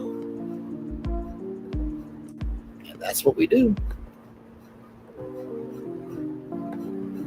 That's what we do. We uplift and we also drag the wrong. Okay, that's what we do over here.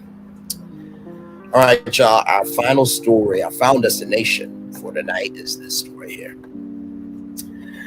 From blacknews.com, 4-year-old black boy from Atlanta with special needs walked out of school missing for hours. Mercedes Dill, an African-American mother from DeKalb County, Georgia, is seeking answers after her 4-year-old son, Micaiah, walked out of Rock Ridge Elementary School unnoticed. The incident occurred on August 29th and has raised significant concerns about the school's safety protocols, particularly since Micah is in pre-kindergarten. Dill explained to WSB-TV that her son left the school's cafeteria and managed to exit the premises without any staff realizing he just walked out of the school, across the parking lot, and entered the neighborhood. Dill said the situation became even more alarming as Micah, who is autistic, was seen. Sorry, all the stories that we have seen of what happens when you ring on a Ring camera with black people, it's a little triggering. There was one story about somebody who rung on the camera and somebody took out pow pow because they didn't have the faculties to communicate just to be a good neighbor. Thank God that did not happen here. But back to the story. The situation became even more alarming as Micah, who's autistic, was seen ringing on a stranger's Ring security camera going door to door, attempting to find his way home.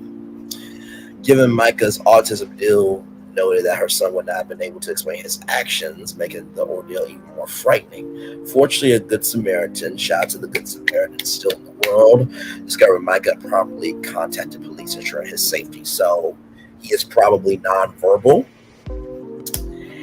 And I've been there. I used to not be able to talk. My cousin said to me, man, once you start talking, you just never shut up. So progress can happen, I pray, for Micah, all the autistic kids, and all kids with disabilities, and adults with disabilities, that they are healed, they are whole, and they are free to be all that they deserve to be. In Jesus' name, yes, yes, yes.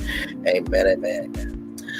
In response to the situation, DeKalb County Schools issued a statement emphasizing their commitment to the safety of their students. The school reported that despite the staff's efforts to keep track of students, Micah managed to leave the cafeteria during lunch. Once they realized he was missing, the school activated emergency protocols to coordinate with local law enforcement agencies to locate him. Fortunately, Micah was found unharmed, praise be unto God, and reunited with his family. 2 school employees have been placed on administrative leave while the school district conducts a thorough investigation into how this breach of safety occurred.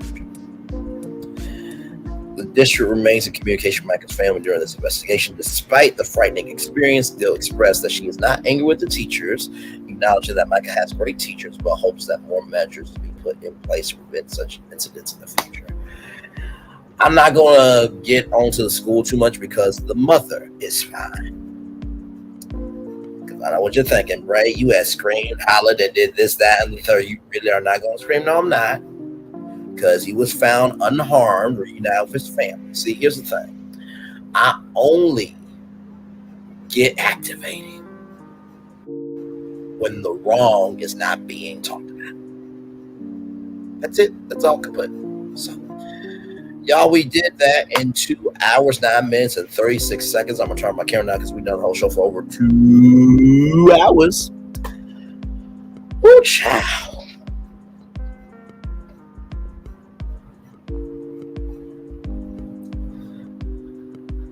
Woo! This virtual tour here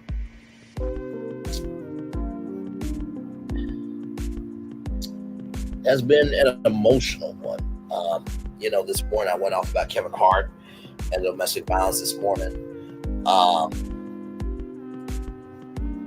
My thought says your journey with autism will be a great TED Talk. You have a foundation for speaking engagements for sure. Thank you so much for that. My thoughts, I appreciate that. I have a friend that has also said the same thing. I never forget my humanity and my everyday in my gift and what I do.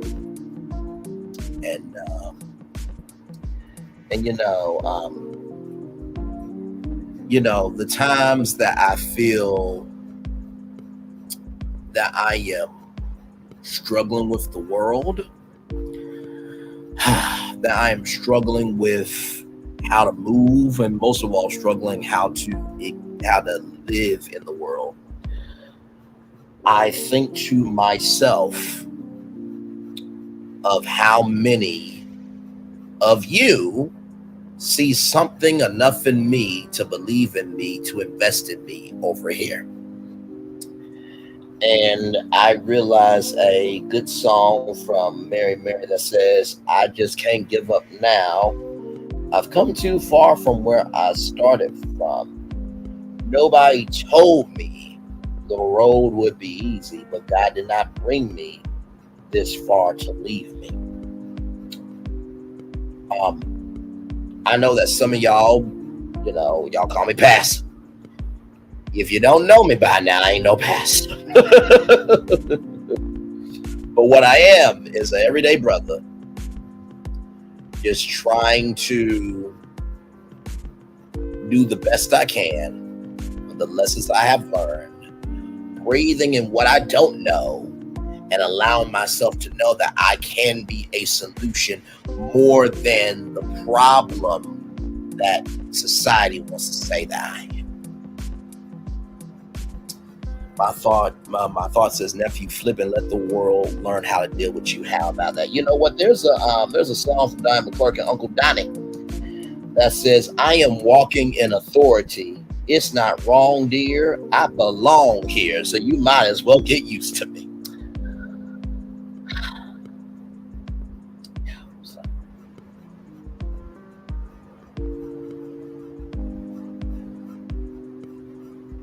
Thank you very much for that.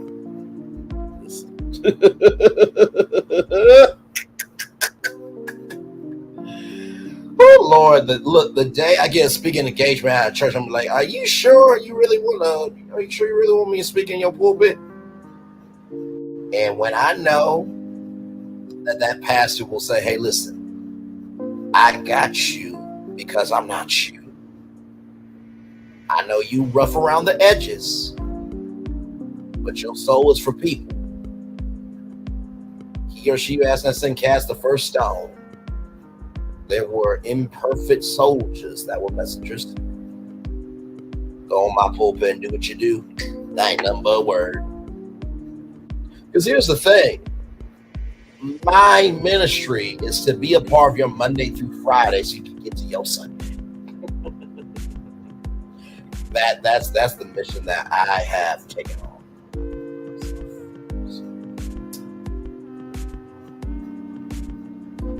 I'm gonna drop the link if y'all no stones will be thrown in that case, child. Listen.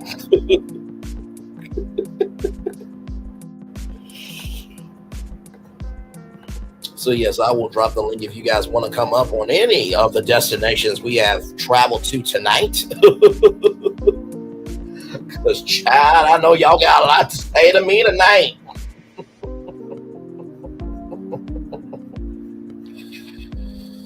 Woo, God is still working on me, child. God is still working on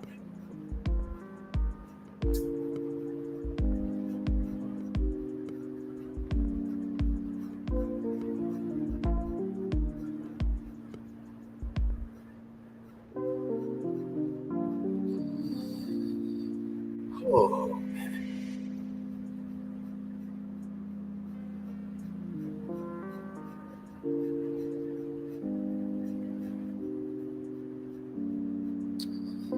Oh, man.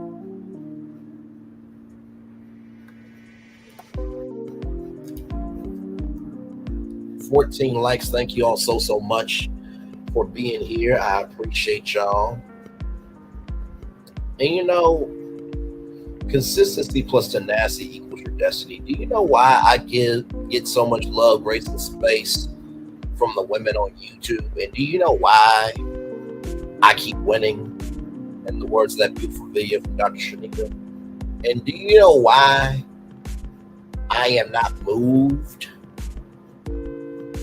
by the big bad wolves, that they don't have the lung capacity to take out the greatness that was birthed in me? Because I execute that every single day. Have you noticed?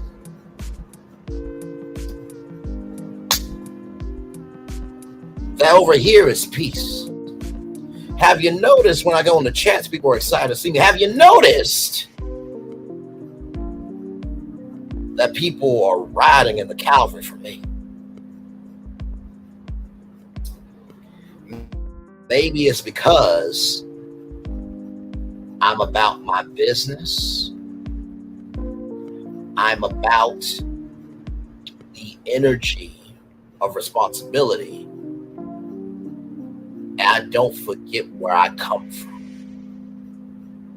So if you're big mad that there are people consistently defending me, if you're big mad that whatever you throw is worth shit, and if you're wondering why I'm able to go off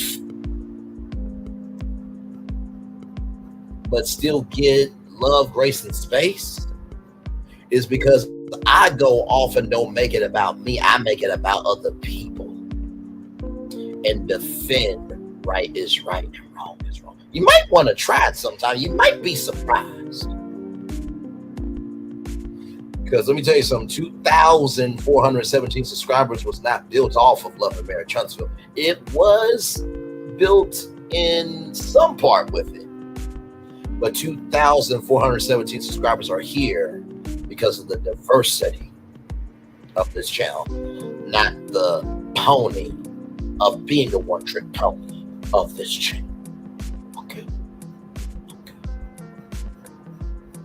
Now put that in your pipe and smoke it, stuff it, and swallow it down if you got the throat capacity not to gag, choke. Woo! Or catch your existence. Okay. Ooh, child, a lot going on. The tour was a success. We did not run out of gas, child. We did not run out of gas at all. That car is running, baby. That car is running. Woo.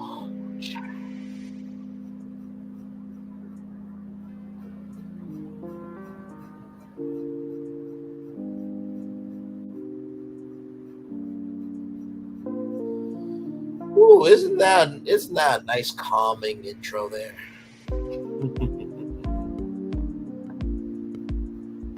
When I turn up the music,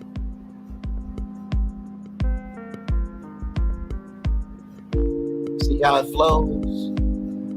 Now you're like, wait a minute, how in the world could he do all of that, be positive, and be still? Because I am still as who I am all the time. That allows me to execute my power in real time. I don't have to produce to be real. I don't have to be minute and cute and short. Nothing wrong with diversity. But the stamina of life showcases the totality, not just parts of it in moments of time for days and shorts.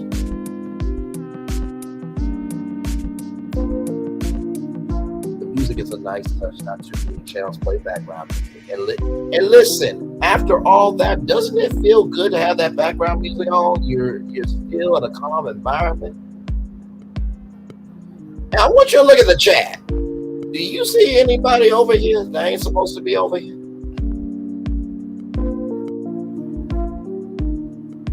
Move in silence and handle people accordingly. Okay?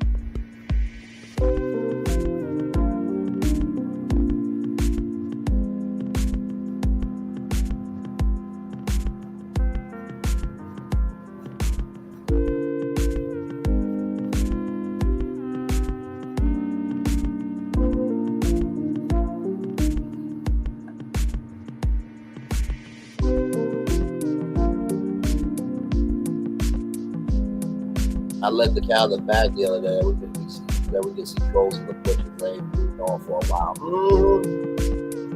Like I said, in silence, handle things accordingly.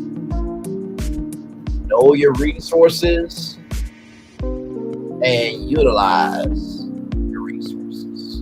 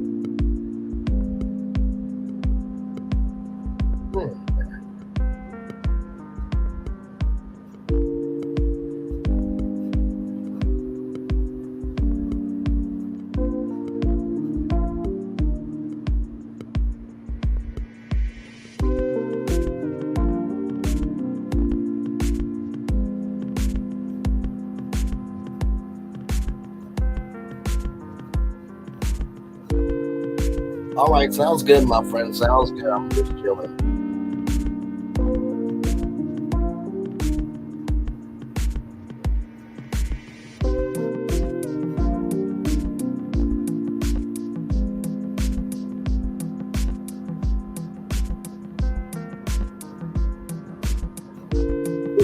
That's interesting.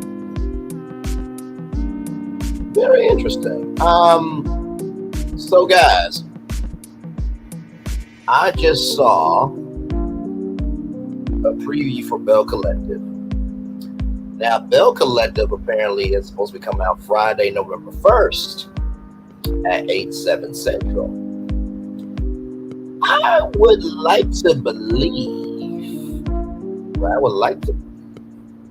that Love Marriage Huntsville will be coming back November 2nd at 8/7 Central, only on your own, keeping it real.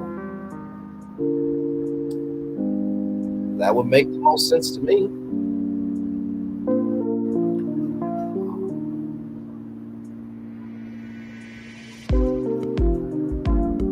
Listen, I'm in Sassy's chat as well, child.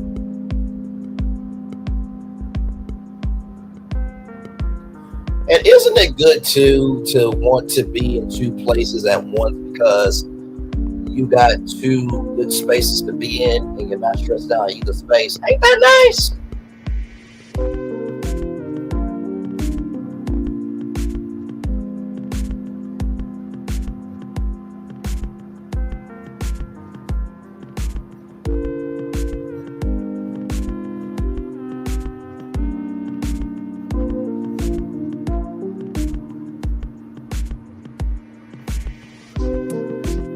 Hey y'all, so Bell Collective is coming back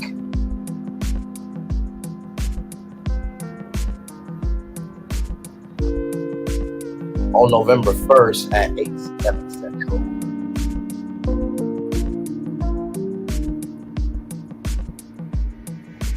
Would it be fair to say that on November 2nd, that Love and Marriage Huntsville is coming back, which is a Saturday at 8/7 Central?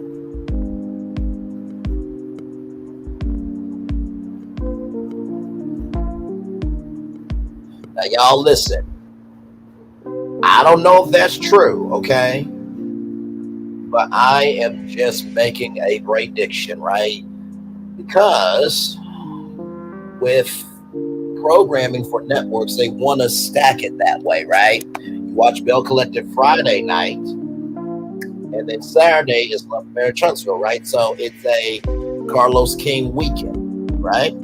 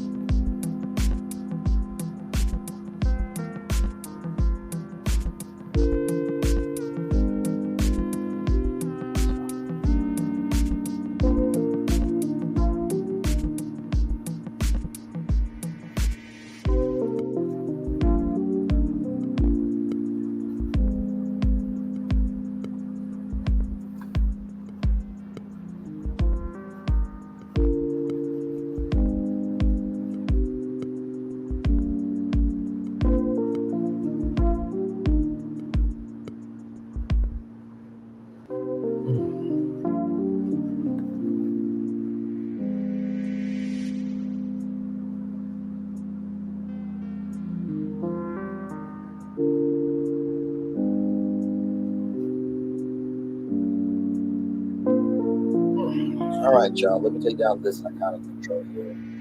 Just need a mental reset for a minute. I'm gonna bring up the Daily Motivator, and then we're gonna head on out because tonight's show, child, what a show, what a show, what a show.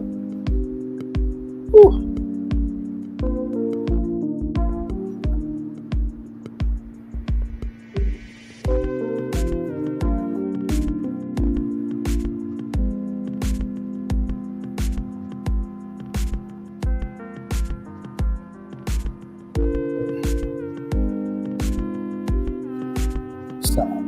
Get the Daily Motivator up for y'all, and then we'll head on out of here.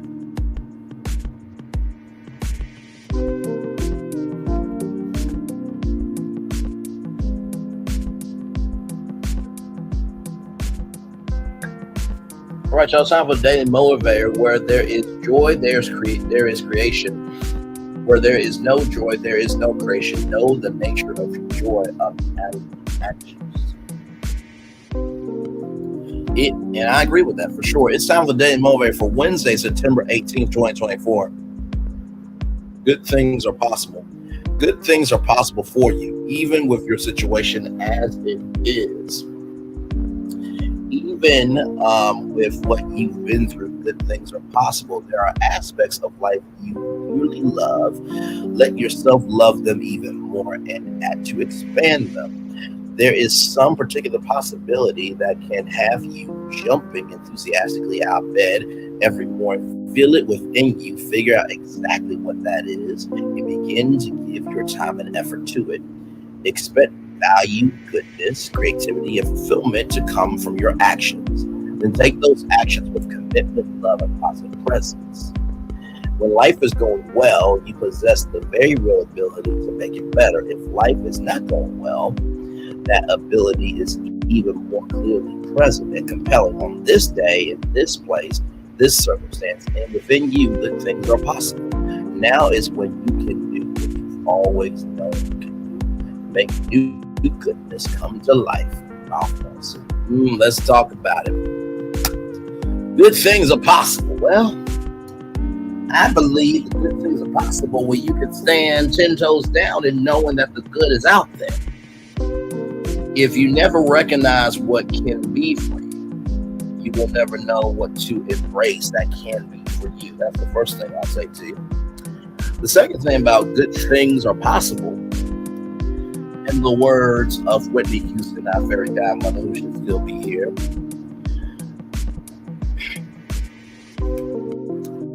for those strangers and fools who don't believe in sensible rules and who don't listen to what sensible people say, and because these daffodil-eyed keep building up impossible hopes, impossible things are happening every day. If people keep building up impossible hopes, the hope that you have for what can be possible can ring true for you too. That's my second point. And finally, my last point in all of this, now good things are possible on this day, in this place, in this circumstances, and within you, good things are possible. I think you saw that tonight. You saw a full-grown black man have emotion, have range, and was able to be original because he knows he is original himself. He doesn't have to do the most to be seen. He just gives his best. He just gives his best, leaves it there, and allows the good fruit that he produced, because he cares about what he's producing, to be given in good fruit. So, with that being said, it's time for the best outro on YouTube. Know what you do and do what you know. Never say you want more special, because you are always one of us. Trust you may not be where you want to be, but by the end of it, you'll be where you need to be. Do what you were chosen to do. Wise one thing to call yourself, another to be chosen. One love, one love, all love. I have spent time with you. You have spent time with me, and hopefully by spending time with us, we can together. Always remember, radio, television, YouTube. Living your best life, or child, just trying to allow God to run through you. Because this old school flesh, what I used to be.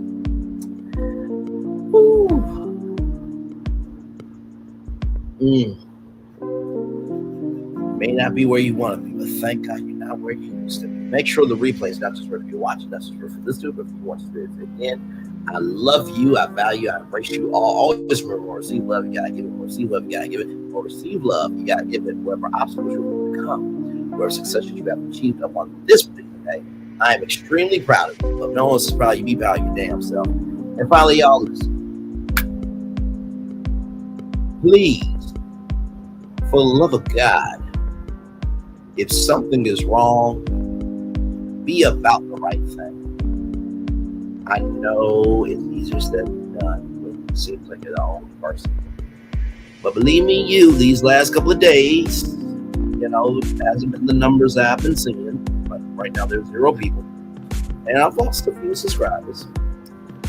But in the same token, am I worrying about the obstacles, or am I more worried about the energy? And if I have the energy to handle those obstacles will come and go. But do you have the energy for it? You have the energy for it, the obstacle has already been conquered. Commercial break and fireworks are coming your way for the day that was, the day that's coming, for the blessings on the way for all of us as a society, as a people, as a culture. I feel the love, and I send it right back to you. Good night, everybody.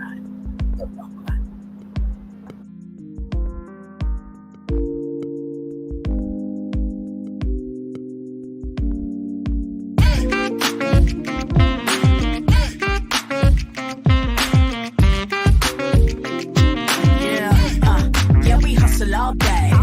Yeah, we're working, let me play. You know me, work real hard.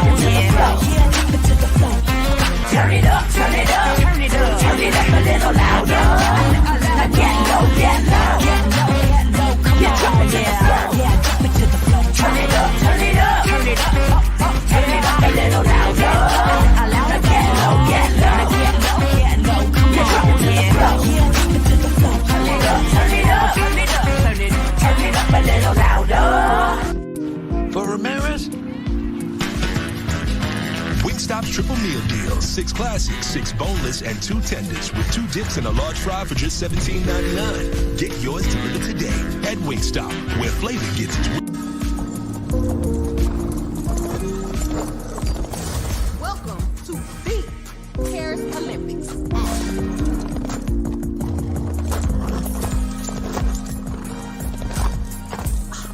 Look at my hot girl.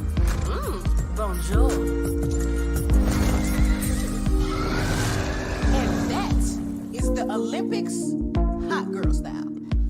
So it's a winged, fire-breathing, talking horse. No. Okay. That is the Olympics. Olympics? Olympics. What are they not getting about this? Right?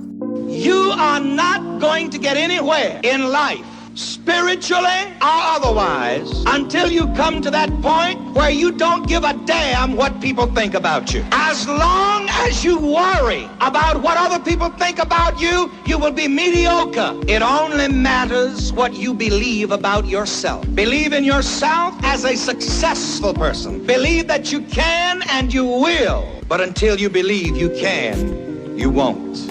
You are... When we start a project, we always start with story. That story is key. So we began with the story of the Waturi people. The myth of the Waturi people is that long ago, they set out on their outrigger canoes looking for a new home.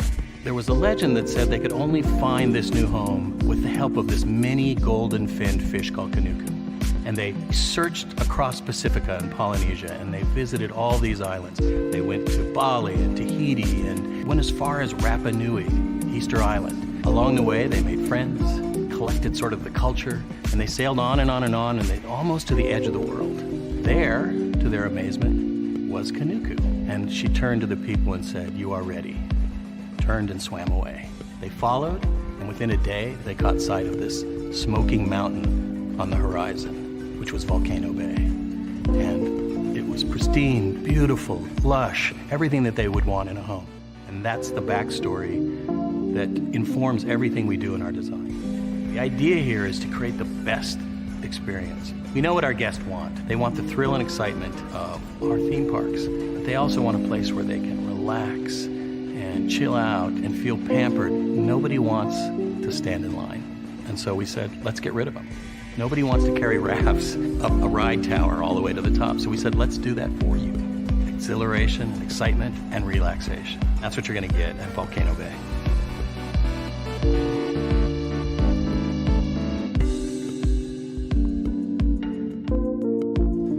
Power 923 Jams and the Arkansas Minority Health Commission encourages you to take the COVID-19 vaccine to help keep you and your loved ones safe. Involved in our community, the People Station, Power 923 Jams. KIPR Pine Bluff, Little Rock, KFOG, Little Rock, a Cumulus media station. And now, back to the jams. Hip-hop, Drake. Girls want girls where I'm from. Yeah, well, girls want girls where I'm from. R&B, J. Howell. Just 'cause I love you and you love me. And now, bumping back-to-back continuous music with another fresh new jam. Heard here first on the People Station, Power 923 Jams. Welcome to the scene, it's 3 with the team, we keeping it clean, sipping hot, pinky out, you know what I mean? Sassy P dropping bombs, get ready to scream. Little Paulette, she in between, like the middle sister or the referee. Last but not least, we got Braylon Lee, he in the mix, taking us on a virtual spree. Love, laugh, talk, it's a whole new reality. Get ready for the vibes, cause this party's a masterpiece. That's right, it's 3 with the team. 3 with the team. And if you wanna be no,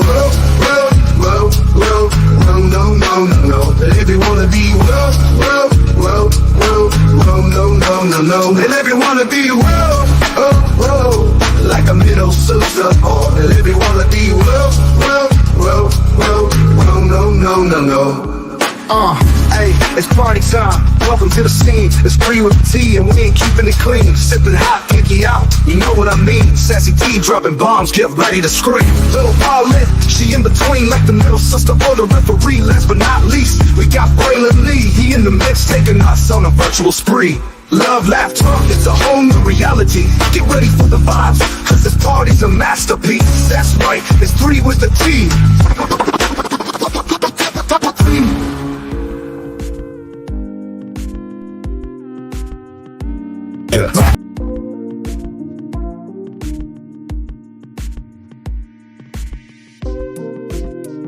How's the gas? I feel great. I love you, and I love you. And to show my love, guess what? On Tuesday, November 16th, I'm gonna give everybody everywhere free tacos. You sure you want to do that? Absolutely.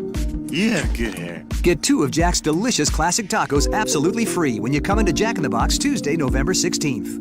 Ooh, that's a big tooth. Get 2 free tacos Tuesday, November 16th at Jack in the Box.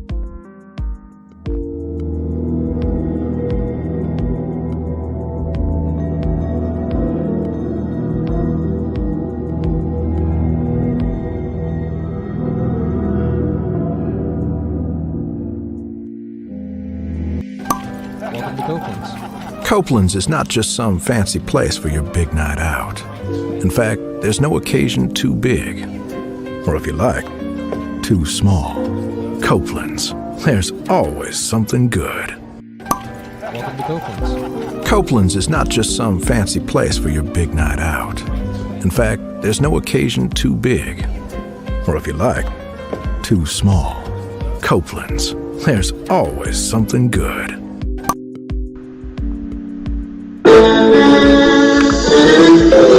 Sweet boy and blue, one look at you, and it was plain to see you were my destiny. God, you were found. I come from Memphis. Our son is your son. Welcome to the celebration.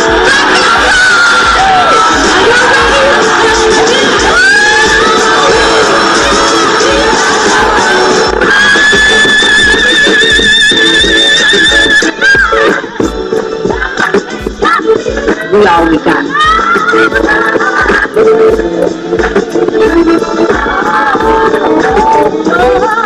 I'll see that. Don't you leave here to go for happiness. I want you to leave here to show that.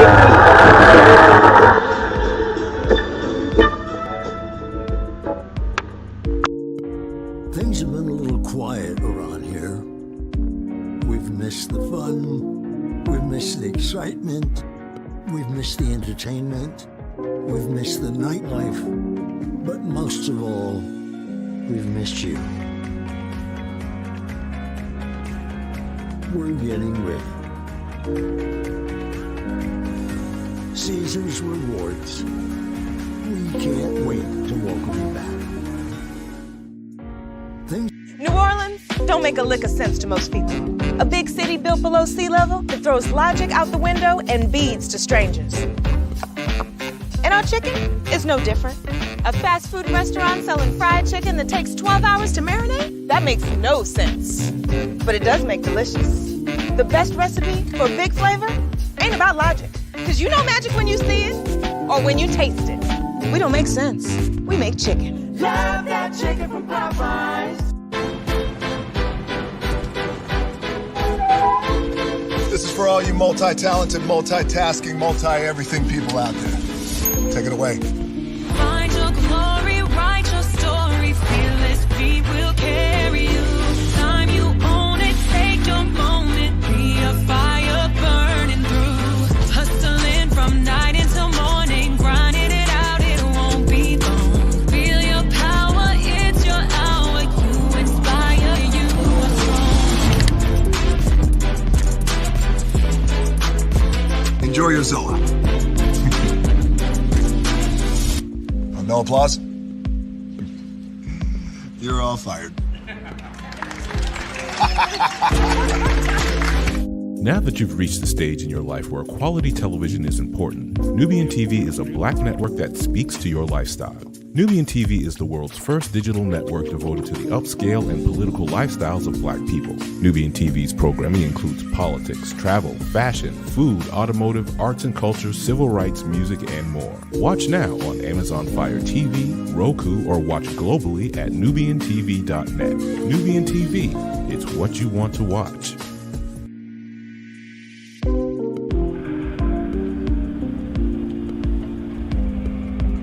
I got a question for you. What does this city know about luxury? Huh? What does a town that's been to hell and back know about the finer things in life? Well, I'll tell you. More than most. You see, it's the hottest fires that make the hardest steel. Add hard work and conviction, and the know-how that runs generations deep in every last one of us. That's who we are. That's our story. Now, it's probably not the one you've been reading in papers, the one being written by folks who've never even been here, don't know what we're capable of. Because when it comes to luxury, it's as much about where it's from as who it's for. Now, we're from America, but this isn't New York City, or the Windy City, or Sin City, and we're certainly no one's Emerald City.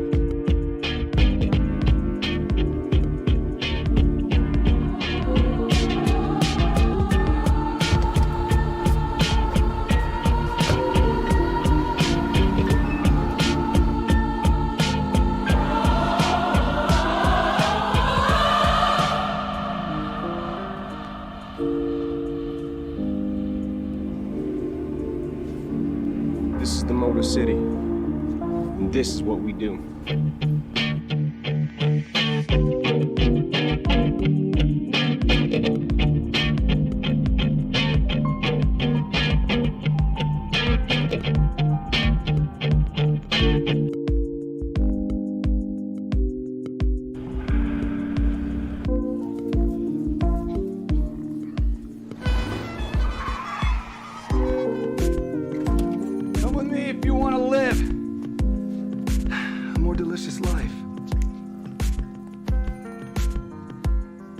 Maybe we should get in the van.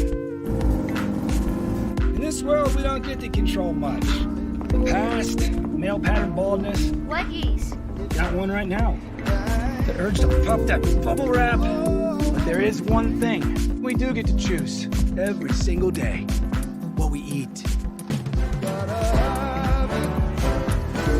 Welcome to the Sonic Department of Research and Deliciousment. We have everything you want, didn't know you wanted, and some things you didn't know were possible. Because we believe if you're not having fun, you're not living free. So come on, let's live a little. Hey, good morning, America.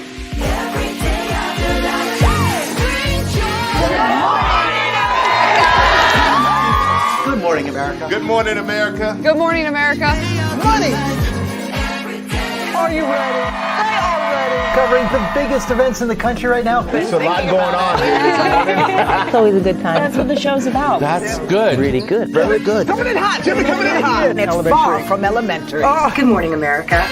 I'm not going to try to strut like Michael or anything. I have known George a long, long time. Have you ever known him to dance? Look at that face.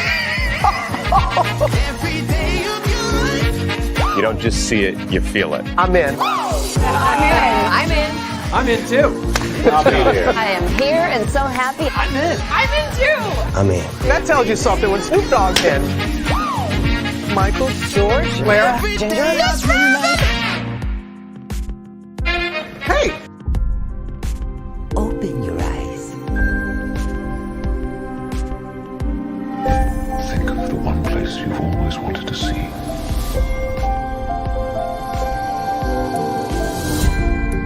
Where our magic comes from? They say if you dream a thing more than once, please, it's sure to come true. Everything you see exists together in the great circle of life. There are stories about what happened. It's true. All of it. In every job that must be done, there is an element of fun. I told you she was tricky. Life is full of possibilities. What do you want to be remembered for? The world is in our hands, and we gotta do something with it. I just want to say a word of thanks to all the artists, the workers, and all of you. The young and the young at heart. You helped make this dream come true.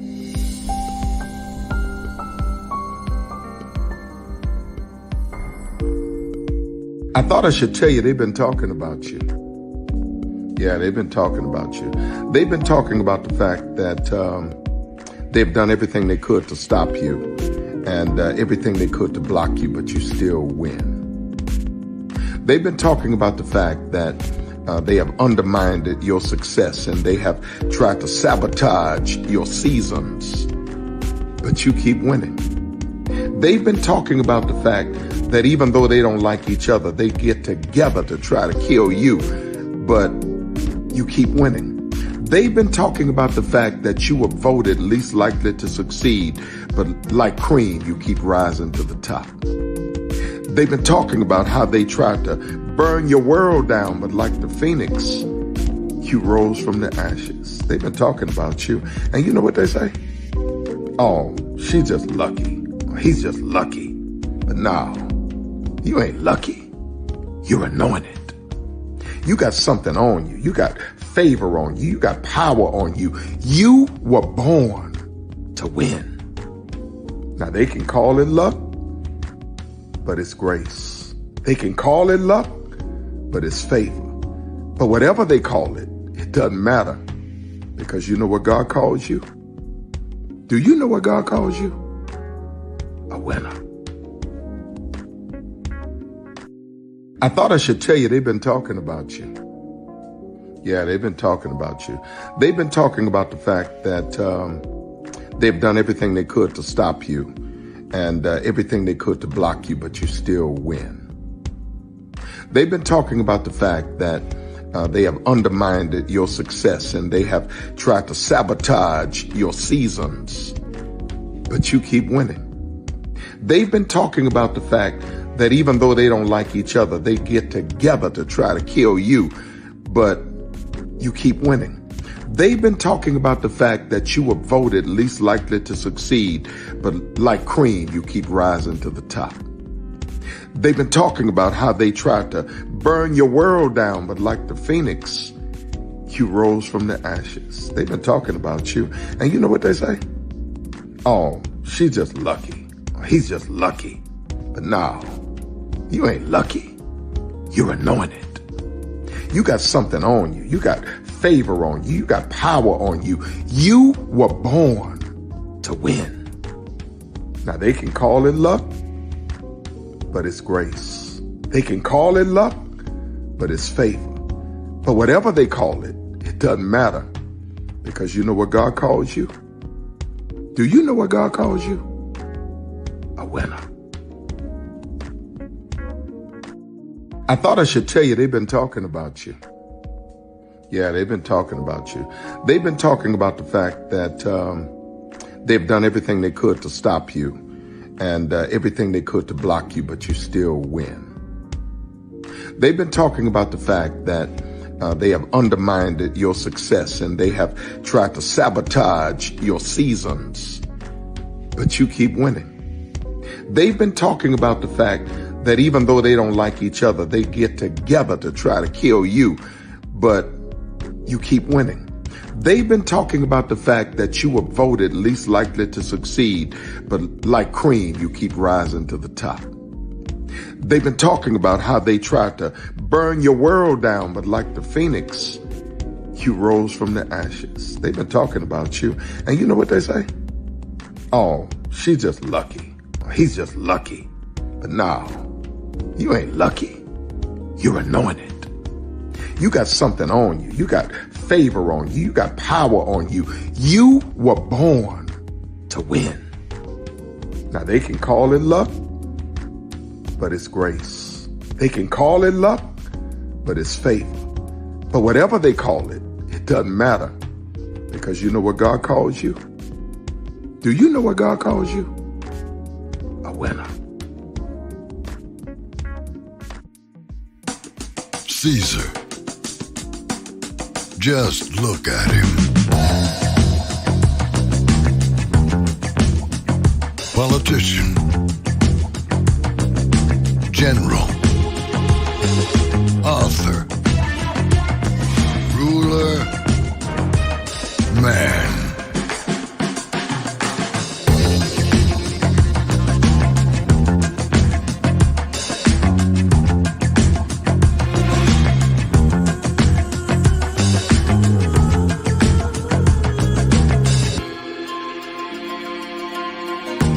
Legend has it, he's not only stared into the belly of the beast, he's had it for dinner. Here he's free to relax, or party, or relax, or party, or relax, and party.